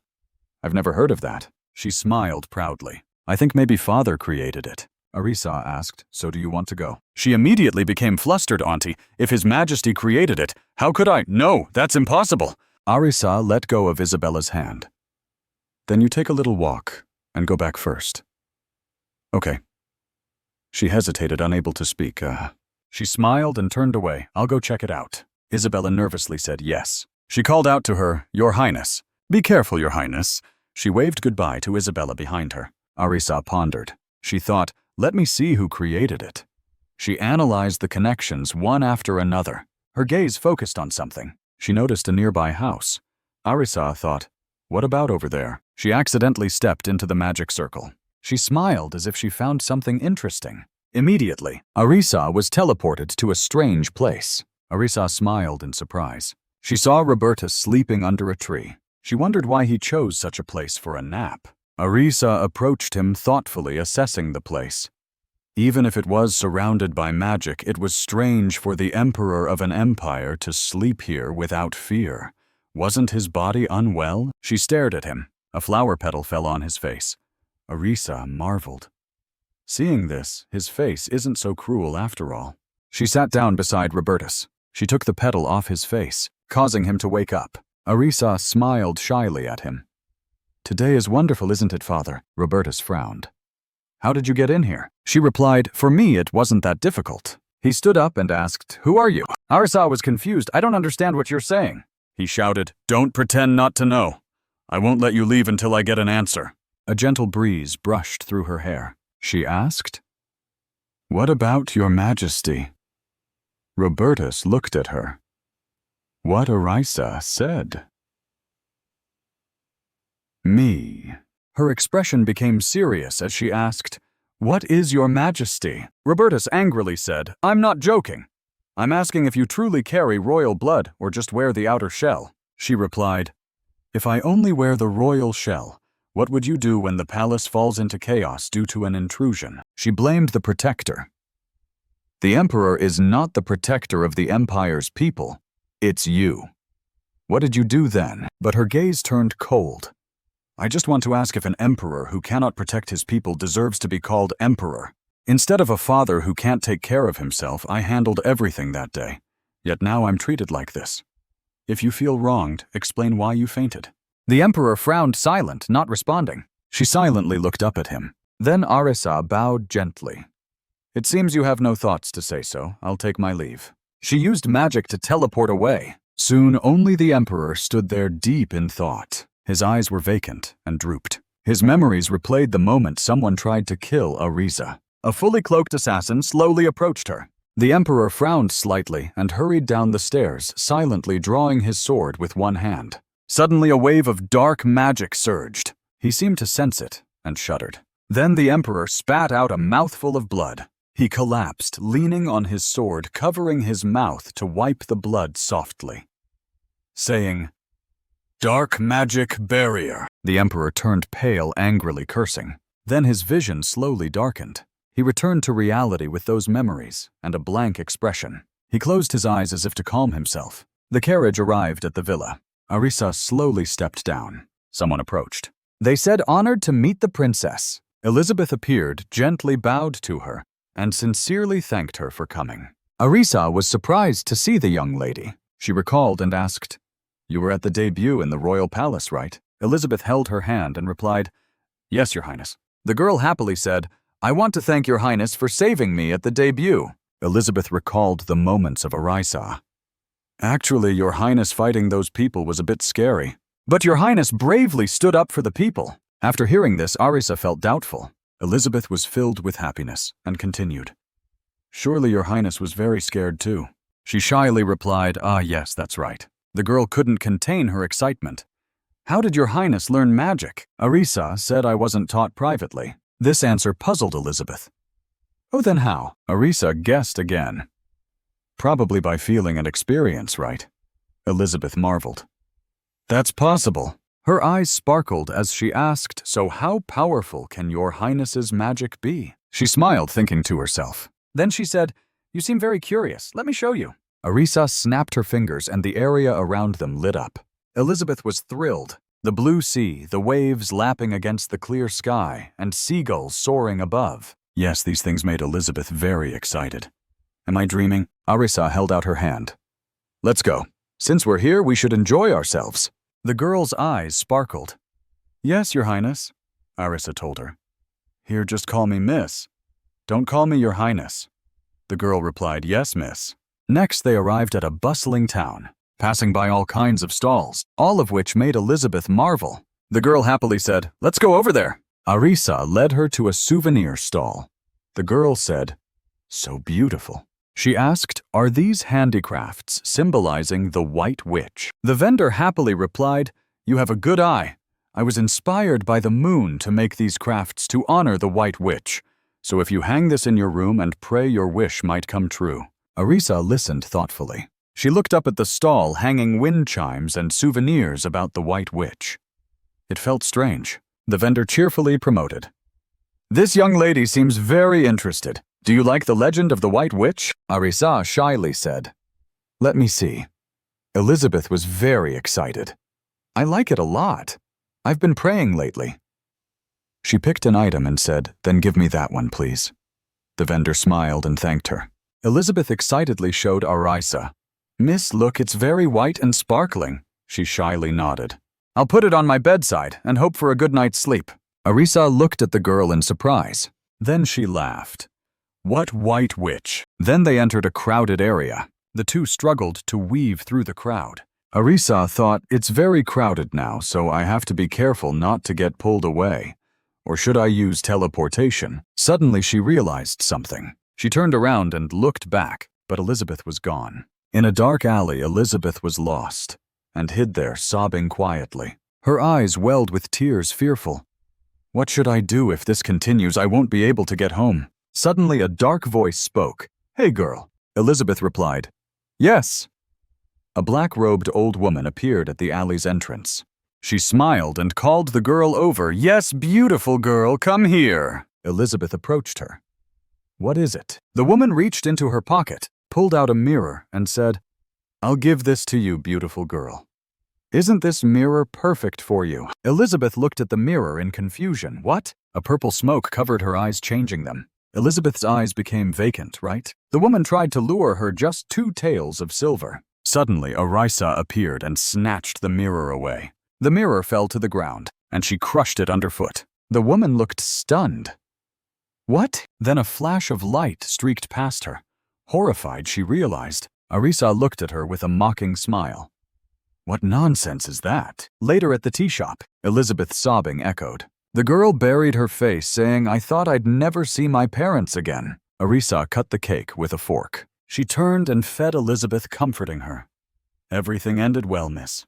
Calm down." Then she fed the girl the cake. Elizabeth shyly said, "I really thank your highness. You always help me." Arisa gently replied, "That's only natural, miss." Her face became serious as she thought about something. She recalled when she crushed the mirror and angrily said, "I ask, what kind of nonsense is this? Don't make me say it twice." The woman turned pale and was speechless. Then she hurriedly ran away. Arisa thought to herself, "That's definitely dark magic." She looked around. Originally, many people in this empire used dark magic. Why did Arisa suddenly become gloomy? Or did it suddenly increase? Suddenly, Elizabeth brought the cake close to feed her. The girl happily said, "Miss, you should eat too. It tastes great." Arisa took a bite and said thank you. Then she enjoyed the cake. She thought to herself that sooner or later she would have to investigate thoroughly. Dusk had fallen. The butler and Elizabeth's servant hurried out to greet the girl. He anxiously asked, "Miss, where have you been?" "Do you know we've been looking for you for a long time?" He leaned on Elizabeth's shoulder, sighing in relief. "Luckily you're safe." She nervously asked, "Have you told my father?" The butler hesitated. At that moment, someone stepped out honored to meet the princess. Duke Herdiv bowed slightly to her. Arisa said, "I just took a little walk, but it made everyone worry." Elizabeth beside her excitedly said, "I went to the beach with your highness. It was incredibly beautiful." Duke Herbert looked puzzled. "The beach?" Arisa explained, "Miss has never been to the beach, so I took her there for a bit." She also added, "She wasn't hurt at all, so please don't scold her too much." The Duke shyly replied, "No, your highness, it's my honor." Elizabeth held her skirt and bowed slightly. "Today was really fun, your highness." Arisa replied, "I hope to see you again next time." Then she turned and got into the carriage. She looked back. The Duke and the young lady held hands happily and walked in. They laughed and chatted joyfully, looking very happy. Arisa gently closed her eyes. Her heart felt heavy. She comforted herself. "My real family is only Isabella, so I don't need to feel so sad." Suddenly, deep in Arisa's memory, echoed a voice, hoping he would learn to love that child, and that the child would receive love from everyone. The guard beside her saw her dazed and asked, "Your Highness, are you all right?" She turned pale and fainted, saying, I'm fine." Yes, somewhere Cadell spoke. "I mean, that princess is like a monster when using magic." His close aide replied, "Yeah." He smirked. The emperor left the princess like that for 9 years. He lightly shook the hourglass in his hand. I heard she just left the palace not long ago. Cadell sneered. Even though we have the golden goose, we still abandon the princess for personal feelings. That emperor is too foolish. This man was Cadell Leventrice, emperor of the Leventrice Empire. He said, "Good work, you may leave now." The servant replied, "Yes, your majesty." The servant opened the door. Then he bowed carefully as a red-haired person entered.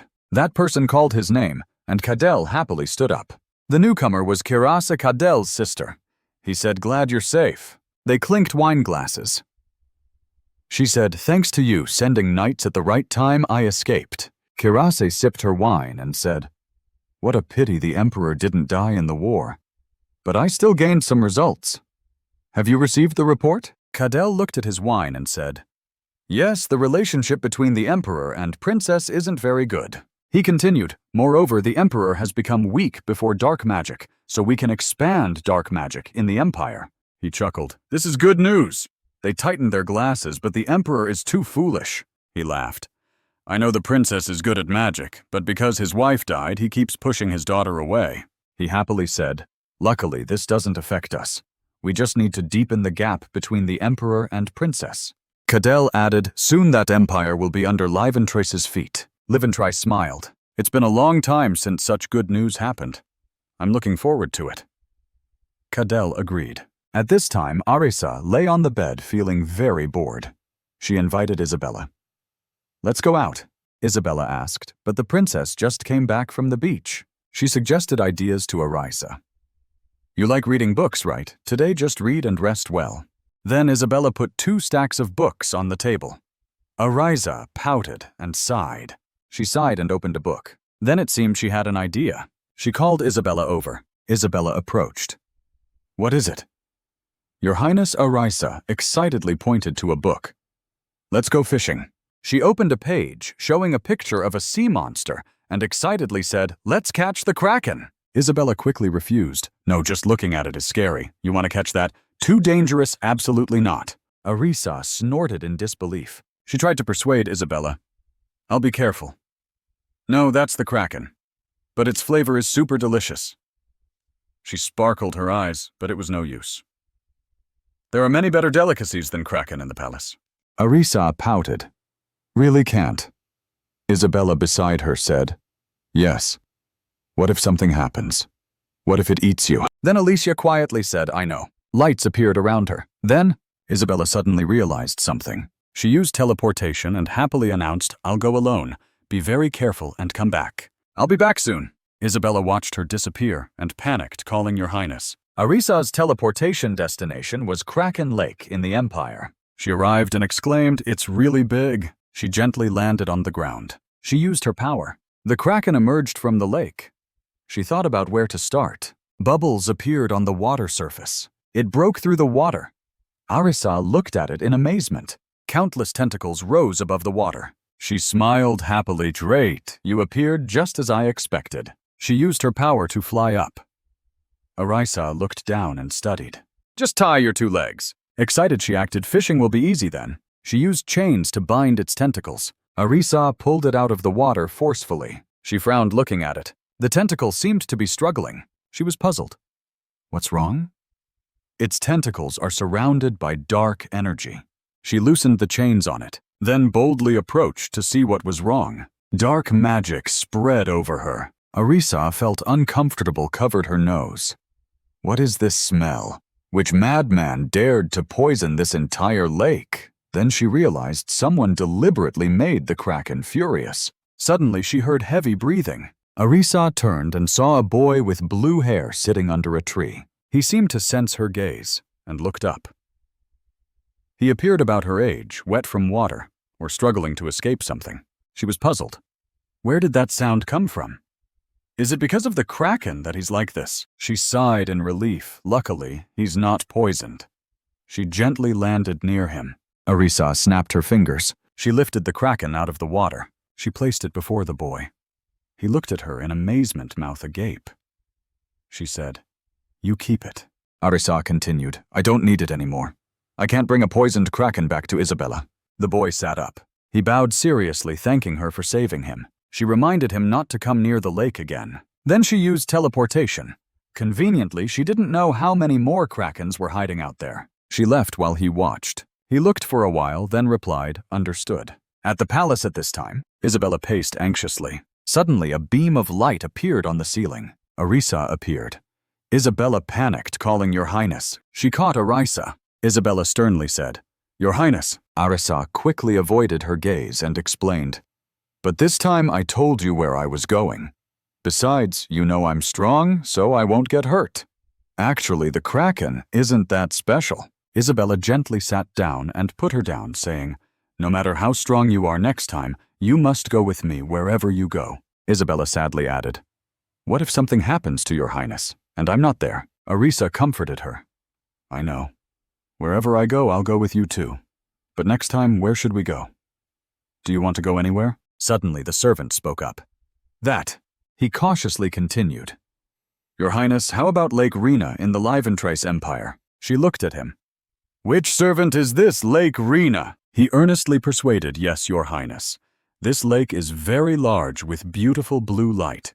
The water is very clear, so many nobles often go there fishing." Arisa looked at him suspiciously. He fell silent. Then she said, "All right, let's go there." The servant sighed in relief. He smiled. They teleported to Lake Rena, the scenery as beautiful as he said. The attendant flatters. "Wow, this is the first time I've seen someone teleport so easily," she replied. "This is just basic." She turned to look at the lake before her. Arisa smiled. "Indeed, it's really interesting." Isabella nearby heard something and asked, "Yes, Your Highness." She smiled brightly. "Nothing." Then she began fishing. Arisa happily fished, saying, "Fishing is really fun." Isabella cheered. "Your Highness, you're so good." The attendant flattered. "Your Highness is amazing," he continued. "There's a rumor that Your Highness is a genius. Nothing can challenge you." She happily replied, "Of course, nothing can challenge me."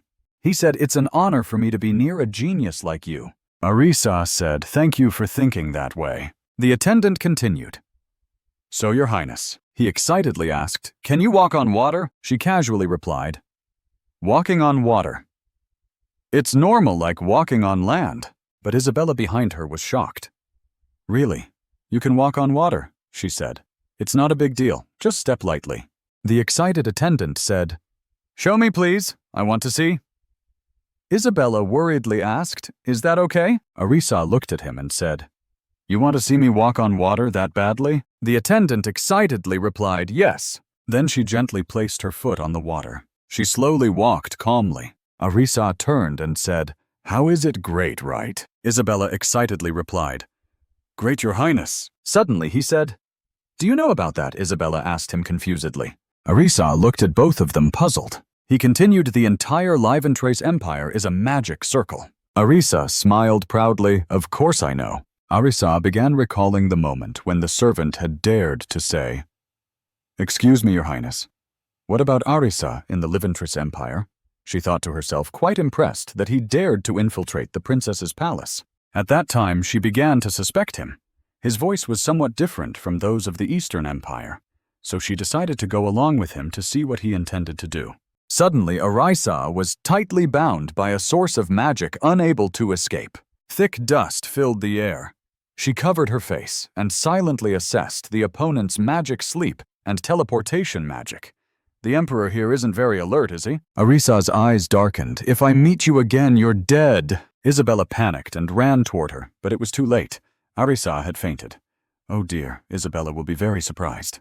In the royal palace, Robertus was working. He was listening to Assistant Sedelt report on documents. Suddenly, the study door was pushed open forcefully. Isabella ran in panting. "Your Majesty." She looked pale and speechless. "Princess, Your Highness is in the Liventrace Empire." Her body swayed. Isabella collapsed from exhaustion. Before fainting, she murmured, "She's been kidnapped." Just in time, the servant caught her to prevent her from falling. The situation shocked Sedelt. He hurriedly looked at Robertus, "Your Majesty." Robertus immediately put down his pen. His expression grew serious. "Summon the ministers." Scene shifts to a place where the nobles laughed joyfully. He laughed loudly after hearing his subordinate's report. He disdainfully said, pretentious and arrogant. But it's just a child, praised a few times and already puffed up. From the moment the princess set foot in the Liventris Empire, she was like a bird in a cage. Then he turned to ask the servant, "Have you dealt with the princess's nanny?" The servant respectfully replied, "I have sent her back to the empire to report that the princess is in the Liventris Empire." From afar, footsteps echoed. Kirase gracefully entered. "Isn't it time for the princess to wake up?" "Let's go." He immediately replied to his sister, "I was just about to go." Kadal stood up curious. "But is it true? The princess resembles the emperor very much." Kirase calmly replied, "When I met her, she had a mature demeanor, probably due to magic. But that spirit is exactly like the emperor's." He was interested and went to Arisa's place. "Sister, you make me nervous," she calmly said. "All right, I'll clean up and come down. You enjoy yourself."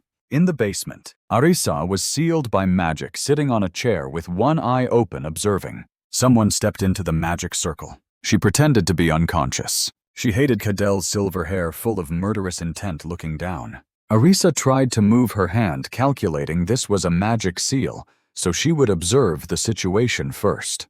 She slowly opened her eyes. Kadel pressed his body close to hers, crazily saying, "So are you awake yet, little princess?" She hated him, flinched, and said, "Move that ugly face away," which made him a bit angry. She continued, "And the little princess too, gives me goosebumps." He froze, watching her try to escape the handcuffs. Kadel suddenly laughed loudly. Then he frowned, showing disdain. "Arisa, your mouth is venomous, but that won't solve anything." "Princess, I've used the Liventris Empire's special magic formation." She retorted, "You think I can't do anything about this?" He calmly said, "If you could, you would have done it long ago." Kadel stood up, brushed his hair, and said, "Just a little longer, I'll show you something very interesting." His words made her curious about what that interesting thing was. He smiled wickedly at her. "Aren't you curious? Is the Emperor of the Eastern Empire so cold-hearted that he doesn't care about his only daughter in danger?" Arisa was startled hearing him. He continued, "I'm too curious." She began to clench her fists. "If I told the man who calls himself your father that the little princess is imprisoned here, how would he react?" Arisa fell into deep thought. Kirase entered, noticing her brother's expression. She smiled at Arisa. "What's wrong? Why is she here?" "I gave the orb to Kadel. It's connected to the Emperor of the Eastern Empire," she said. Arisa was surprised. "That's a communication orb." Inside the orb appeared images of Robertus and Sedelt. Arisa gasped. "Oh my." They raised the orb close to him. He looked challenging niece to meet the Emperor. He extended his hand to introduce himself. She turned pale and shocked, restrained in the chair. "Have you seen your daughter?" She cursed silently. "That madman, is that what you mean?" Robertus, on the other side, gritted his teeth angrily. "What are you plotting?" "Kadel Liventris." He smiled cunningly, his personality unchanged as before. Kadel circled behind Arisa. He pressed a knife to her neck with a threatening voice. "Today I will kill the princess." This guy was talking nonsense, she thought and sighed. But if the Emperor came all the way here to save the princess, his words made Robertus even angrier. However, he continued, "Then I can postpone it for one day." Kadel tightened the orb in his hand, challenging. "What can you do? Can you only postpone the death of the daughter for one day?" The communication orb slowly cracked and shattered before Arisa's astonished eyes. She thought, "What, just give up like that?" A bizarre laugh echoed throughout the room. Kadel, with a sinister expression, mocked Arisa. "Your father really doesn't love you at all, does he, princess?" His words stabbed straight into her heart, no magic abandoned by her father. What could she do? Deep in Arisa's eyes was an indescribable sadness. In response to the relentless provocation, she softly affirmed, "Yes." Arisa admitted without hope, "I have been abandoned." Kadel was so shocked he widened his eyes. Suddenly a violent explosion occurred. In an instant, Kadel was blasted back, crashing into the wall behind him, denting it and causing a large crack. Arisa stood before him and said, You look happy, don't you, you bastard? Her heart was filled with rage mixed with deep despair. If anyone touched her, the outcome would be unpleasant. Arisa gritted her teeth and emphasized, "Do you like having fun?" Seeing this, Cadell gave a helpless smile, looking more like a monster than the emperor. Suddenly, Kirase stepped forward from behind, cutting through the tense atmosphere of family. She said with a meaningful smile, "Family is sometimes the closest, but actually the least agreeable." In response to the ambiguous remark, Arisa didn't hesitate to ask directly. "What do you mean?" Kirase calmly replied. "Do you really think the emperor is your family? Even if you share blood, you rarely meet." After she finished, Arisa lowered her head slightly. Her red eyes began to well with tears. She stood there in indescribable silence. From behind, Cadell rose from the rubble, seeking an answer. "So, Princess," he made a very tempting offer. "Do you want to give up on the emperor who doesn't care about his daughter and become one of this empire's people?" Cadell placed his hand on his chest, looking confident, and said, Arisa seemed uncomfortable with what was said. "What are you talking about?" Kirase raised her hand slightly and asked, "Why?" She gently touched Arisa's shoulder and said some words to provoke her. "Do you still want to be loyal to the father who abandoned you?" Arisa gritted her teeth and shook off that dirty hand from her. Kirase smirked slightly. "I offer a very attractive proposal. I will be your nanny here. Isn't that your real family?" Cadell smiled meaningfully and invited her to join his side.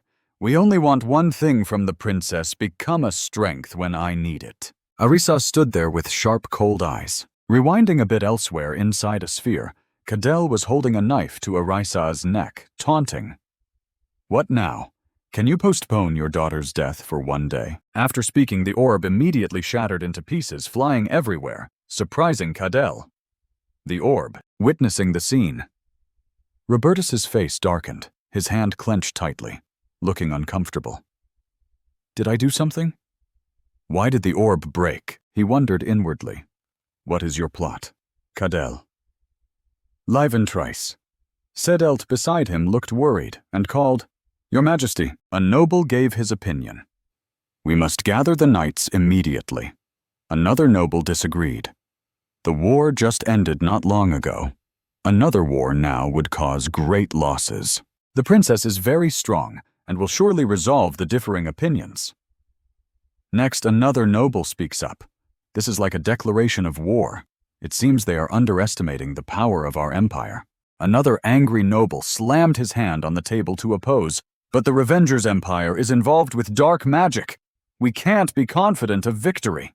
They kept arguing, presenting their views, forgetting Robertus was frowning in front. Suddenly he called out, "Sedelt." He heard and immediately responded, "Yes, Your Majesty." With a serious and determined expression, Robertus decided to gather the knights regardless of everything. Back to the Liventrice Empire. Inside the magnificent castle, Kirase and Cadell sat at the dining table, seemingly waiting for someone. Suddenly she noticed a figure approaching. Arisa confidently and resolutely strode toward them. Kirase cheerfully said, "Please sit, Princess." In return, she shot a sharp glare at her. Before the two people sitting there calmly smiling, Arisa silently cursed her bad luck. After a short conversation, she gradually understood more about everything.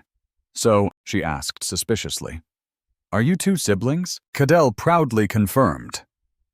"Yes, this is my sister," Kirase enthusiastically replied. "Indeed, I am her brother."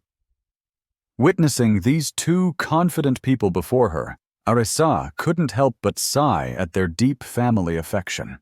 But Arisa, with a dark, expressionless face, asked, "So sending spies to the palace during the debut and organizing illegal auctions was that all you're doing?"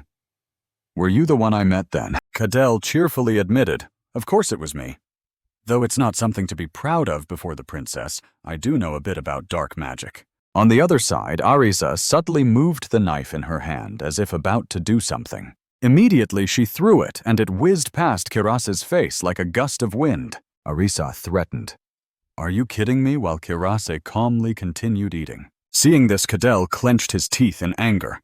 Princess Kirase Liventrice quickly intervened. "Sit down, Cadell." She continued calmly. "Please understand, Princess. On the day of the debut, my brother had to do that to save me. Arisa was very annoyed by that indifferent attitude. You seem very happy.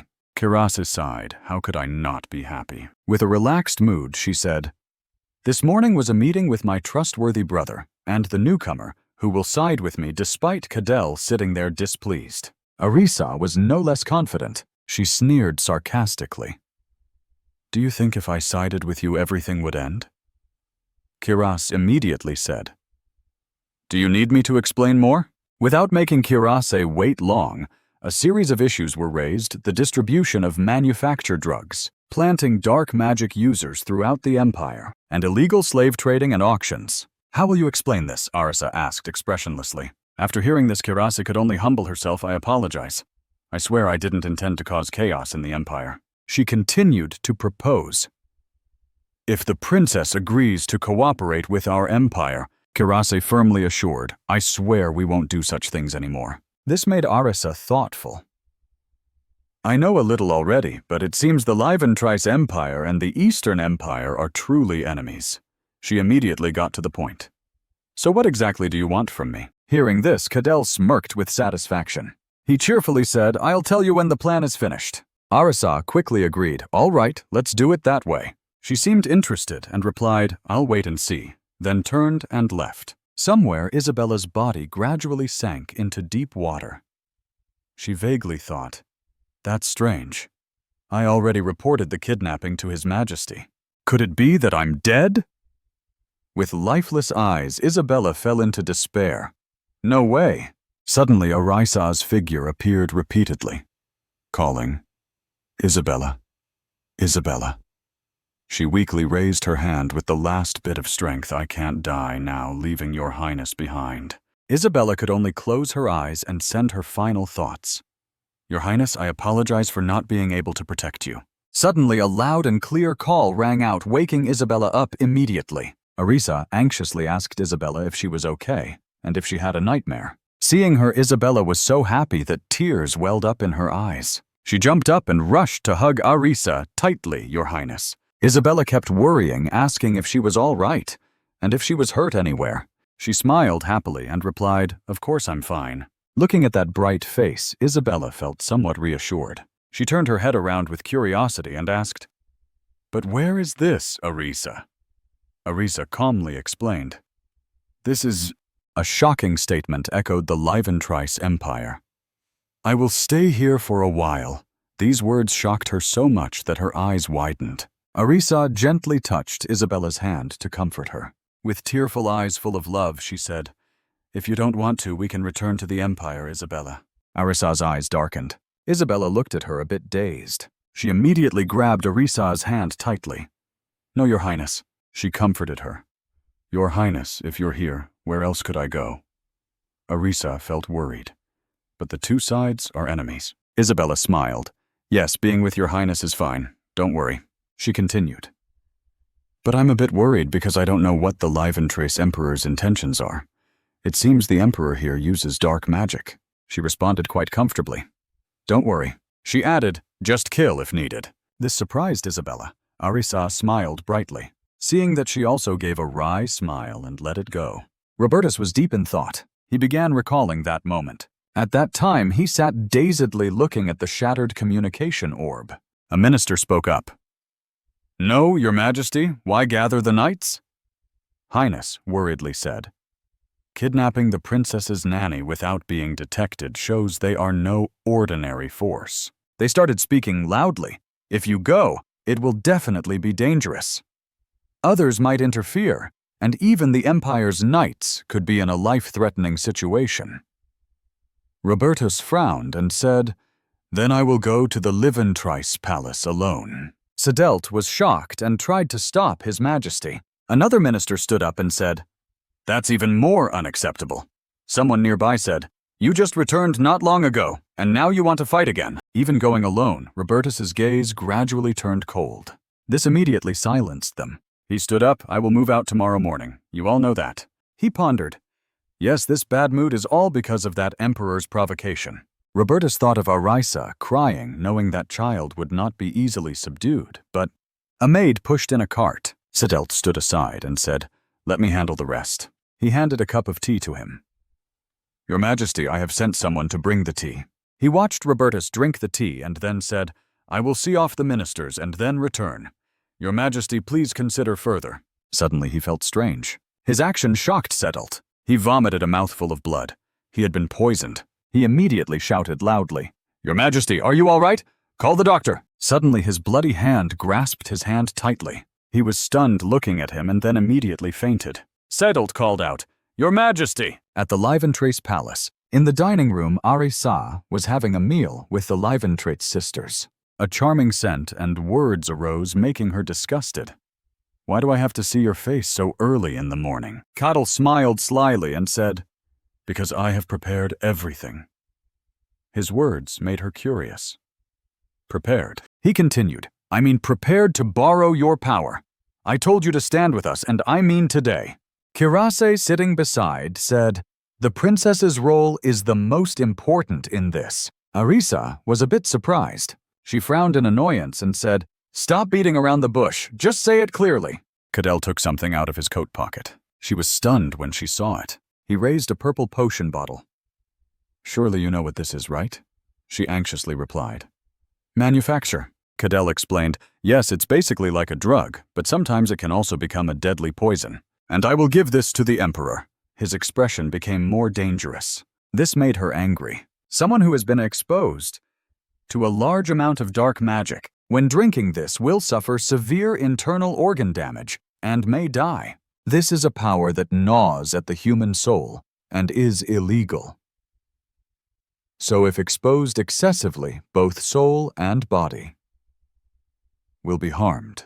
The Emperor escaped death from dark magic, so if he drinks this, perhaps. Arisa spoke up.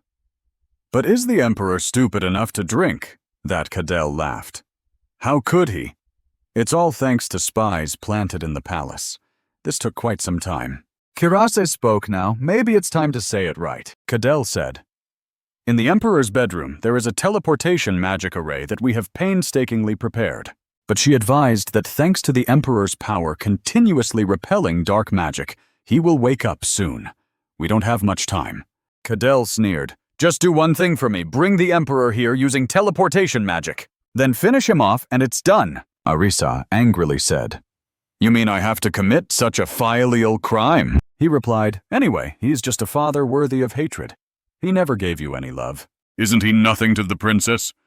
His words made her clench her lips to suppress her anger. A voice cut in, and everyone turned to the person entering the room.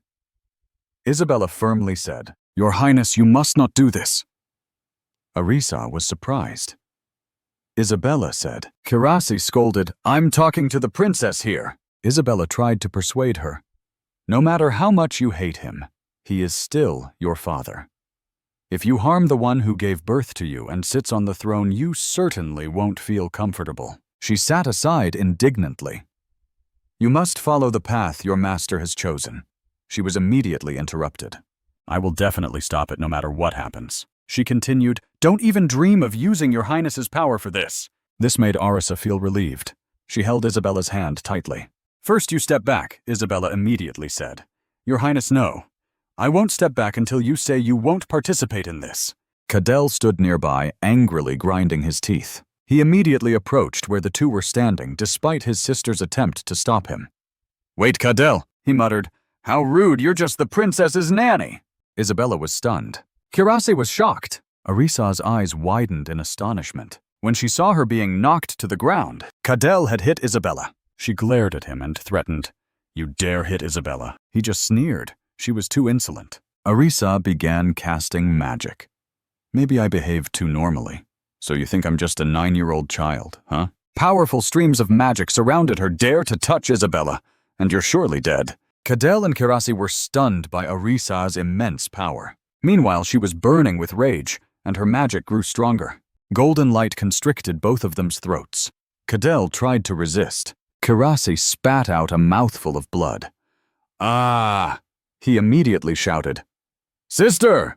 Sister! A terrible explosion erupted at the Liventrace palace. Cadell turned pale. It can't end like this. Then both Kirase and he collapsed. Arisa turned and walked closer. Isabella was unconscious on the floor. She used magic to heal her. She blamed herself. Sorry for letting you be in danger. Let's go back, Isabella. Scene change. Robertus lay uncomfortably on the bed. He broke out in a cold sweat and opened his eyes to get up. Robertus sat up irritably. That bastard Cadell Leventrice planted a spy in the palace. As he got out of bed, he suddenly stepped on a magic array. He was shocked and was teleported somewhere. In a dark dungeon, Robertus was tied up lying in a prison cell. He angrily thought, this is not the dungeon under the palace. He sat up and saw Arisa standing in front of him. There was a hint of disbelief in Robertus's eyes as he asked Arisa. She silently and gloomily looked at him and then said, If I were an ordinary child, I would already be a cold corpse. Her words made him feel somewhat touched. Robertus closed his eyes and said, Do you know that what you're doing is treason? Arisa hesitated. If you intend to abandon me rather than a stranger, then kill me while I'm still a child. She began to reflect that she could understand the sadness and resentment of losing a loved one, but that was not her fault. However, he remained silent. Arisa clenched her hands. Please speak, Your Majesty. She silently begged. Robertus spoke. I never wanted to have children. This shocked her. Then she raised her hand tremblingly and clutched her chest. Arisa thought to herself, Anyway, I never longed for love. I didn't expect even a little. A harsh voice interrupted. Really, you never longed for love? She lost control of her anger and immediately grabbed his throat. Robertus could only grit his teeth and endure the pain. Her eyes were blood red. She pondered, Yes, maybe I had a little hope. She released her hand from Robertus's throat, but only that much. She picked up the sword nearby and pointed the tip at him. Arisa despairingly said, I've heard your answer. Robertus paused and replied, That's not so bad, is it? Suddenly tears fell to the ground, which stunned him. He called out Arisa, but she cut him off, crying and swinging the sword at him. Then please disappear from my sight, Your Majesty. Arisa realized she was in a strange place. Crowds of people cheerfully hurry. The wedding is starting. The town is bustling, fireworks explode as if celebrating someone's wedding. She was a bit dazed. Everyone around was joyful and happy. Happiness intertwined with each other. The son of the Empire Emperor Robertus Repetitier and the light of the Empire Empress Cecilia Bronia, both were very happy. Cecilia smiled at Robertus. Before the blessings from the people, Your Majesty, congratulations, may the Empire prosper. The two kissed. Arisa watched the happy scene before her. Cecilia curiously asked, What do you intend to show me? Robertus happily covered her eyes. You just need to walk a little further. Cecilia, curious, said, Robert. The two stepped into a magic circle, then disappeared. Robertus removed his hand from her eyes. Opened them. Come on, Cecilia. She excitedly looked around and then asked, Is this what you wanted to show me? He replied, Yes. I spent quite a lot of time preparing it. That tree was the one he had napped under last time. Arisa nostalgically remembered that tree. Cecilia happily jumped up and hugged him. Thank you, Robert. Scene change, heavy rain outside the room. The royal physician reported, Your Majesty the Empress is infertile because her body was already very weak. Cecilia sadly said it's okay. Robertus immediately worried and comforted her. Cecilia gently reassured, I'm fine. Robert can manage. She blamed herself. I just feel guilty towards you. He said, Don't say that. He held her hand. I only need you, not an heir. The scene began to change. Cecilia knelt down, praying, Please let me have a child, White Witch. Please let me meet my child. Arisa felt a severe headache. What is this sound? She continued. I know Robert also wants a child very much. I hope he not only gives love to me, but can also give love to that child. Those words made Arisa feel a bit uncomfortable. She recalled the image of Cecilia praying, wishing I want to build a truly happy family. The child, him and me, all will be truly happy, which stunned her for a moment. Then she forced a smile, assessing the situation. Indeed, a terrible matter. Arisa pondered. Everything was strange. Why did she humble herself and hide her true self just to not go against the Emperor's wishes? If she were determined, of course. Eliminating the Emperor and this empire would be extremely easy. Although knowing there were many strange points, she silently felt sad. Why did she calmly overlook those things? A clear voice rose, White Witch, since childhood, Robert and I did not know what family was. Cecilia sincerely prayed. So I want our child to grow up surrounded by boundless love. Arisa stood above, looking down at her, thinking, yes, I have wanted to fulfill that earnest wish.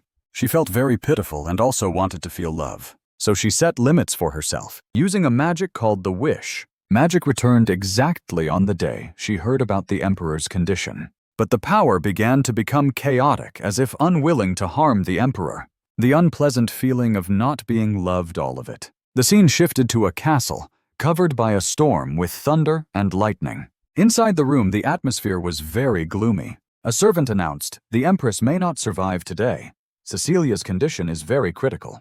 Robertus panicked, begging, please, please, Cecilia, I can't live without you. You know better than anyone that I said I didn't need children, so please. He trembled tightly, holding her hand. She tiredly smiled and said to him, Robert, promise me you won't deny that it's my child. And please, love that baby. Robertus released her hand. In the western Black Forest of the Empire, there is a herb that can cure all diseases. Cecilia felt puzzled. Robertus turned, I will find it for you. Despite her calling Robert, Arisa stood aside, watching Cecilia's condition. She breathed heavily. Her eyes looked bright. She was standing right there. Arisa was startled, thinking, did she see me? She hesitated, then spoke. Do you regret your wish? Cecilia smiled. 10 months of holding my child was the happiest time. Cecilia's words made her clench her hands tightly. She spoke to comfort her. It's okay. If the child doesn't want it, there's no need to do anything. Live your life. Suddenly, the chains binding her snapped and vanished. Her wish had ended. In Arisa's room, Roberta sat beside her bed. The royal physician reported that the princess's health was fine. Maybe she fainted from shock. Then he left, leaving Roberta sitting gloomily there. He recalled the scene of her disappointment, raising the sword. Then please disappear from my sight, Your Majesty. He was confused. Clearly, he had been stabbed in the heart. So what exactly was happening? Robertus thought he didn't have enough courage to love the child in exchange for Cecilia. He looked at her figure, recalling when she was little.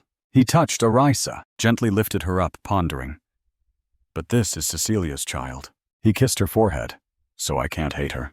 It's not that he had never set foot in the princess's palace, but he feared he might harbor some resentment toward the girl, so he could only observe from afar. Roberta stood in the room watching Arisa playing happily with the maids outside in the garden. He fell into deep thought at the scene before him. 3 years after returning from war, he met that child again. He saw she was very polite and respectful. The child's eyes did not resemble those of an ordinary child. It wasn't a forced act. At that time, Arisa smiled and said, I thought you wouldn't attend the debut ceremony. She calmly said, you didn't notify me, so I said that. He pondered. Those eyes held no longing for love at all. So he thought the girl did not see him as her father. But he realized one thing too late, the truth that this child longed to be loved. Yes, some time passed. The royal physician was a bit flustered, looking at Robertus's dark face. He squinted. Why hasn't the child woken up yet? This frightened him. Yes, the princess's health is very strong, so this can't be called an illness, Robertus replied indifferently. Is that so? Seeing him take out the sword, the royal physician became even more panicked. A hand rushed forward to stop Robertus. Your Majesty, Sedelt worries you must not kill him. His eyes were bloodshot. Why? Sedelt explained. You know he is the most reputable person in medicine in the empire. The royal physician on the side trembled, wanting to cry. He continued, if not for him, no one else could know the princess's condition. This made Robertus even angrier. He threw the sword forcefully to the ground. He turned and asked Devyang, is this dark magic? He replied, this is not a symptom of dark magic, Your Majesty, Robertus said. Then is there no other way? He was embarrassed and replied, now indeed there isn't. He looked at Arisa with pain and then called Sedelt. He immediately responded, yes, Your Majesty. He ordered to gather all mages who could draw teleportation magic circles. Sedelt was surprised. Yes, but why? Your Majesty. Robertus's face darkened. We will go to the Western Empire. He tried to say, Your Majesty, there will be war. But he was resolute. We will go to the Black Forest. A moment later, Arisa suddenly opened her eyes. She held her head and sat up. Ah, my head. Where am I? Next to her, a voice called, Your Highness, making her look over. Sedelt anxiously asked, "Now that you've just woken up, what should we do?" The doctor nearby was so happy he almost cried. "Ah, what a relief, Your Highness." "Relief, Your—" Arisa held her head in discomfort and ordered, "Explain the situation." He replied, "Yes." "Your Highness said if she still isn't awake when he returns, then all heads will be cut off." Arisa darkened her face. "What are you saying?"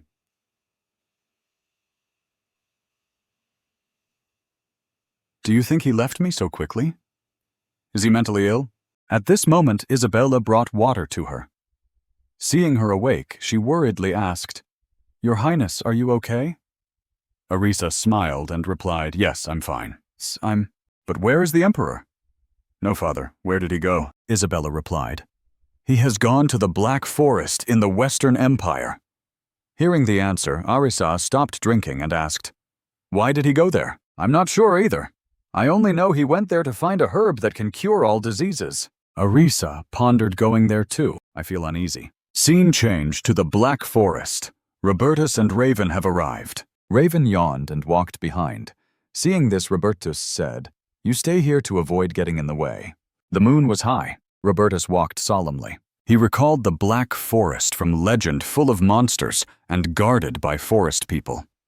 9 years ago, he couldn't enter due to a mysterious power. Back to the present. Robertus seemed to sense something. He glanced back and saw a foot with sharp claws appear. Then 3 large wolves appeared. Robertus drew his sword, quickly killing them one by one. Blood covered his face. Sensing the scent of their kind being killed, more wolves appeared. Robertus remained calm, thinking, "Luckily this time I managed to enter." He quickly charged forward, defeating them. While raising his hand to wipe the blood from his face, he suddenly noticed something. It was there, that herb. He raised his hand to pick it when something brushed past his face. Countless vines shot toward him. Robertus thought it was the herb's defense. Then Robertus focused his strength on his sword and quickly attacked them. The branches compared to Robertus's strength paused for a moment. He seized the opportunity immediately. Robertus raised his sword high and stabbed into the tree trunk. But a protective barrier appeared, throwing him far away. Robertus's eyes turned bright red. He stood there observing. Looking at the giant tree before him, Robert thought this was the first time he felt the breath of death since becoming the Sword Saint. If he touched that thing, he might die before he could save Arisa. "First I have to retreat," he thought, then turned around. He ran quickly forward with countless branches shooting toward him from behind. Raven activated the teleportation circle, waving to call him. Robertus ordered return to the palace immediately. Scene changes to Arisa's room. She was leisurely eating mushroom soup. While enjoying the flavor, a blue light appeared. Robertus and Raven had teleported there. Sedelt saw him and shouted, "Your Majesty, you've returned." Arisa glanced over and couldn't help but think silently. Still intact, boring compared to those who have been to the Black Forest before. Robertus turned to look at her and was startled, calling Arisa. Suddenly the palace shook. Deviang was startled, asking, "What's going on?" Isabella is also confused. An earthquake. Arisa looked at him, pursed her lips, then asked, "Your Majesty, have you touched the sacred tree in the Black Forest?" She silently hoped he would say no and immediately begged. Robertus looked at her for a moment, then averted his gaze elsewhere. Watching his action, she thought silently, "Oh no." The answer was a series of lightning strikes. The palace shook violently. Arisa worriedly said, "Your Majesty, quickly evacuate everyone and absolutely do not show yourself." An explosion occurred outside the palace. A boy appeared whispering, "Dare to run away." He hovered outside. Inside, Arisa cast magic. She created a protective barrier while thinking the current situation wasn't good. Too many people were in the palace. The boy's voice echoed, "Recently, I can no longer feel your power in the moonlight. But what's with your current appearance?" Arisa frowned and suggested, "Reduce your killing intent." Kashin angrily asked, "How funny. Do you know what he did?" He intended to stab the holy tree with his sword. Arisa's eyes widened in shock. What? Not just touching it, he wanted to stab it. Arisa glanced at Robertus, catching his gaze. He then looked at Raven, avoiding her. Raven seemed lifeless at this moment. She silently lamented, "Maybe today the Empire will collapse." Kashan clenched his fists in anger. Because of him, I came all the way here, so don't dream of covering for him. Arisa exhaled. I just can't watch, but he's my blood relative. Kashan was surprised. What your body turned into a child, and your mind is also messed up. She replied, What are you thinking?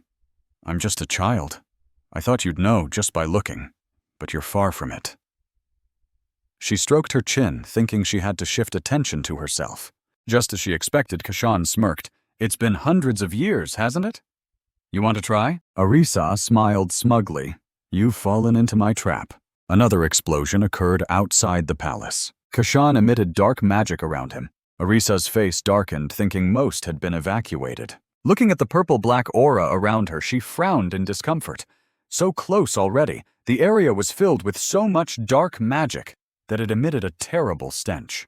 Arisa clenched her hands, condensing her power. So this is how you want to play, she said, flying into the air. Golden streaks enveloped Arisa. She raised her hand. Golden lights appeared in the sky. They condensed into a large sphere. Thinking this, I will crush everything to dust. Kashan looked up in surprise. Fear appeared in his eyes. Before him, golden circles fell down. Arisa gently landed and spoke to dissuade. I will spare you, so end this here, Kashan. How dare you destroy the palace? In response to Arisa, countless dark magic attacks rushed toward her. Arisa quickly cast spells to block them. All the dark magic was repelled by her. Then Kashan unleashed countless dark magic spells. Arisa had to shield her eyes. After lowering her hands, she was left standing alone. Arisa looked around, frowning. Thinking, where did he run off to? Sensing something above, she glanced up. Kashan suddenly appeared from above, attacking her. Arisa quickly dodged, but some strands of hair were cut. She was angry. You dare cut my hair. If I catch you, you won't be safe. Kashan laughed. Who said I'd be caught? He used both hands to condense a large magic orb. Smirking challengingly, let's see if you can stop this. Arisa looked at him, thinking, he's very determined. Things are getting complicated. Suddenly, footsteps ran over. Roberto stood in front of her, blocking. Arisa was momentarily stunned. She looked at the tall figure before her. At the same time, Kashan's attack came. After the dust cleared, only Robertus was seen clutching his arm, kneeling down. Arisa panicked and shouted, What are you doing? Kashan exhaled sharply, muttering, What a fool. The Emperor is just human after all. Everyone was worried seeing him injured. Your Highness, your arm. Quickly call the doctor. Arisa stood silently, watching the commotion. Kashan grunted, not noticing Arisa had pursed her lips in anger, her fist slowly rising. He kept babbling humans always overreact about trivial matters. Before he could finish, Arisa punched him hard, making Kashan yell, why did you hit me? Arisa remained stern, lips pressed tightly, saying nothing. She just stood watching the servants support the collapsing Robertus. After a while, Robertus was taken back to his room. His breathing was heavy. Looking at her hands, she thought, now even beside the Emperor, I can control magic. My dream has come true. Anyway, the Emperor was already weak before facing dark magic, and after being hit by Kashan, he's still strong. He'll probably die soon. Yes, it's a miracle he's endured this long. She glanced at the doctor behind him, then looked at Robertus's injured arm, thinking, since this wound was caused by dark magic, no doctor or mage in the magic tower can heal it. The only one who can heal it is Kashan, the one who caused the wound, and me. She thought for a moment, then turned and left. Arisa went to another room and opened the door to enter. Kashan saw her enter, crossed his arms, smiled, and asked, You're here already. He rubbed his hands, acting annoyed. The stench from your Highness's arm reached all the way here. What should we do? Arisa said nothing, just glared at him. Kashan, fearless, continued. So why don't you heal him? Arisa is no pushover. Yeah, what should we do? Kashan asked again. Earlier you said he's your blood relative, so why is he so fickle? Arisa lost patience. I'm tired. Don't make me say it again. Kashan said, You're grown but still like this. So stingy. I thought only your body shrank, but your mind too. Arisa plopped down on the chair opposite him. Annoyed. You've never experienced it. Do you know how angry I've been being treated like this for 9 years? Kashan calmly replied. I didn't know. But you've signed a contract with Emperor Liventrees, right? Do you know how much trouble I've had because of him? And in the end, you sent him away. Don't change the subject. What are you going to do with the Emperor? Just leave it like this. Arisa hesitated for a moment. Then she pressed her lips tightly, hearing him say, "He's human, but has endured long enough." "Aren't you tired?" Arisa suddenly stood up. Seeing her walk away, he called after her. Where are you going?" Arisa turned back angrily. "You're really annoying." Kashan put down his teacup and sighed. "The Emperor is lucky to have a daughter willing to save his life.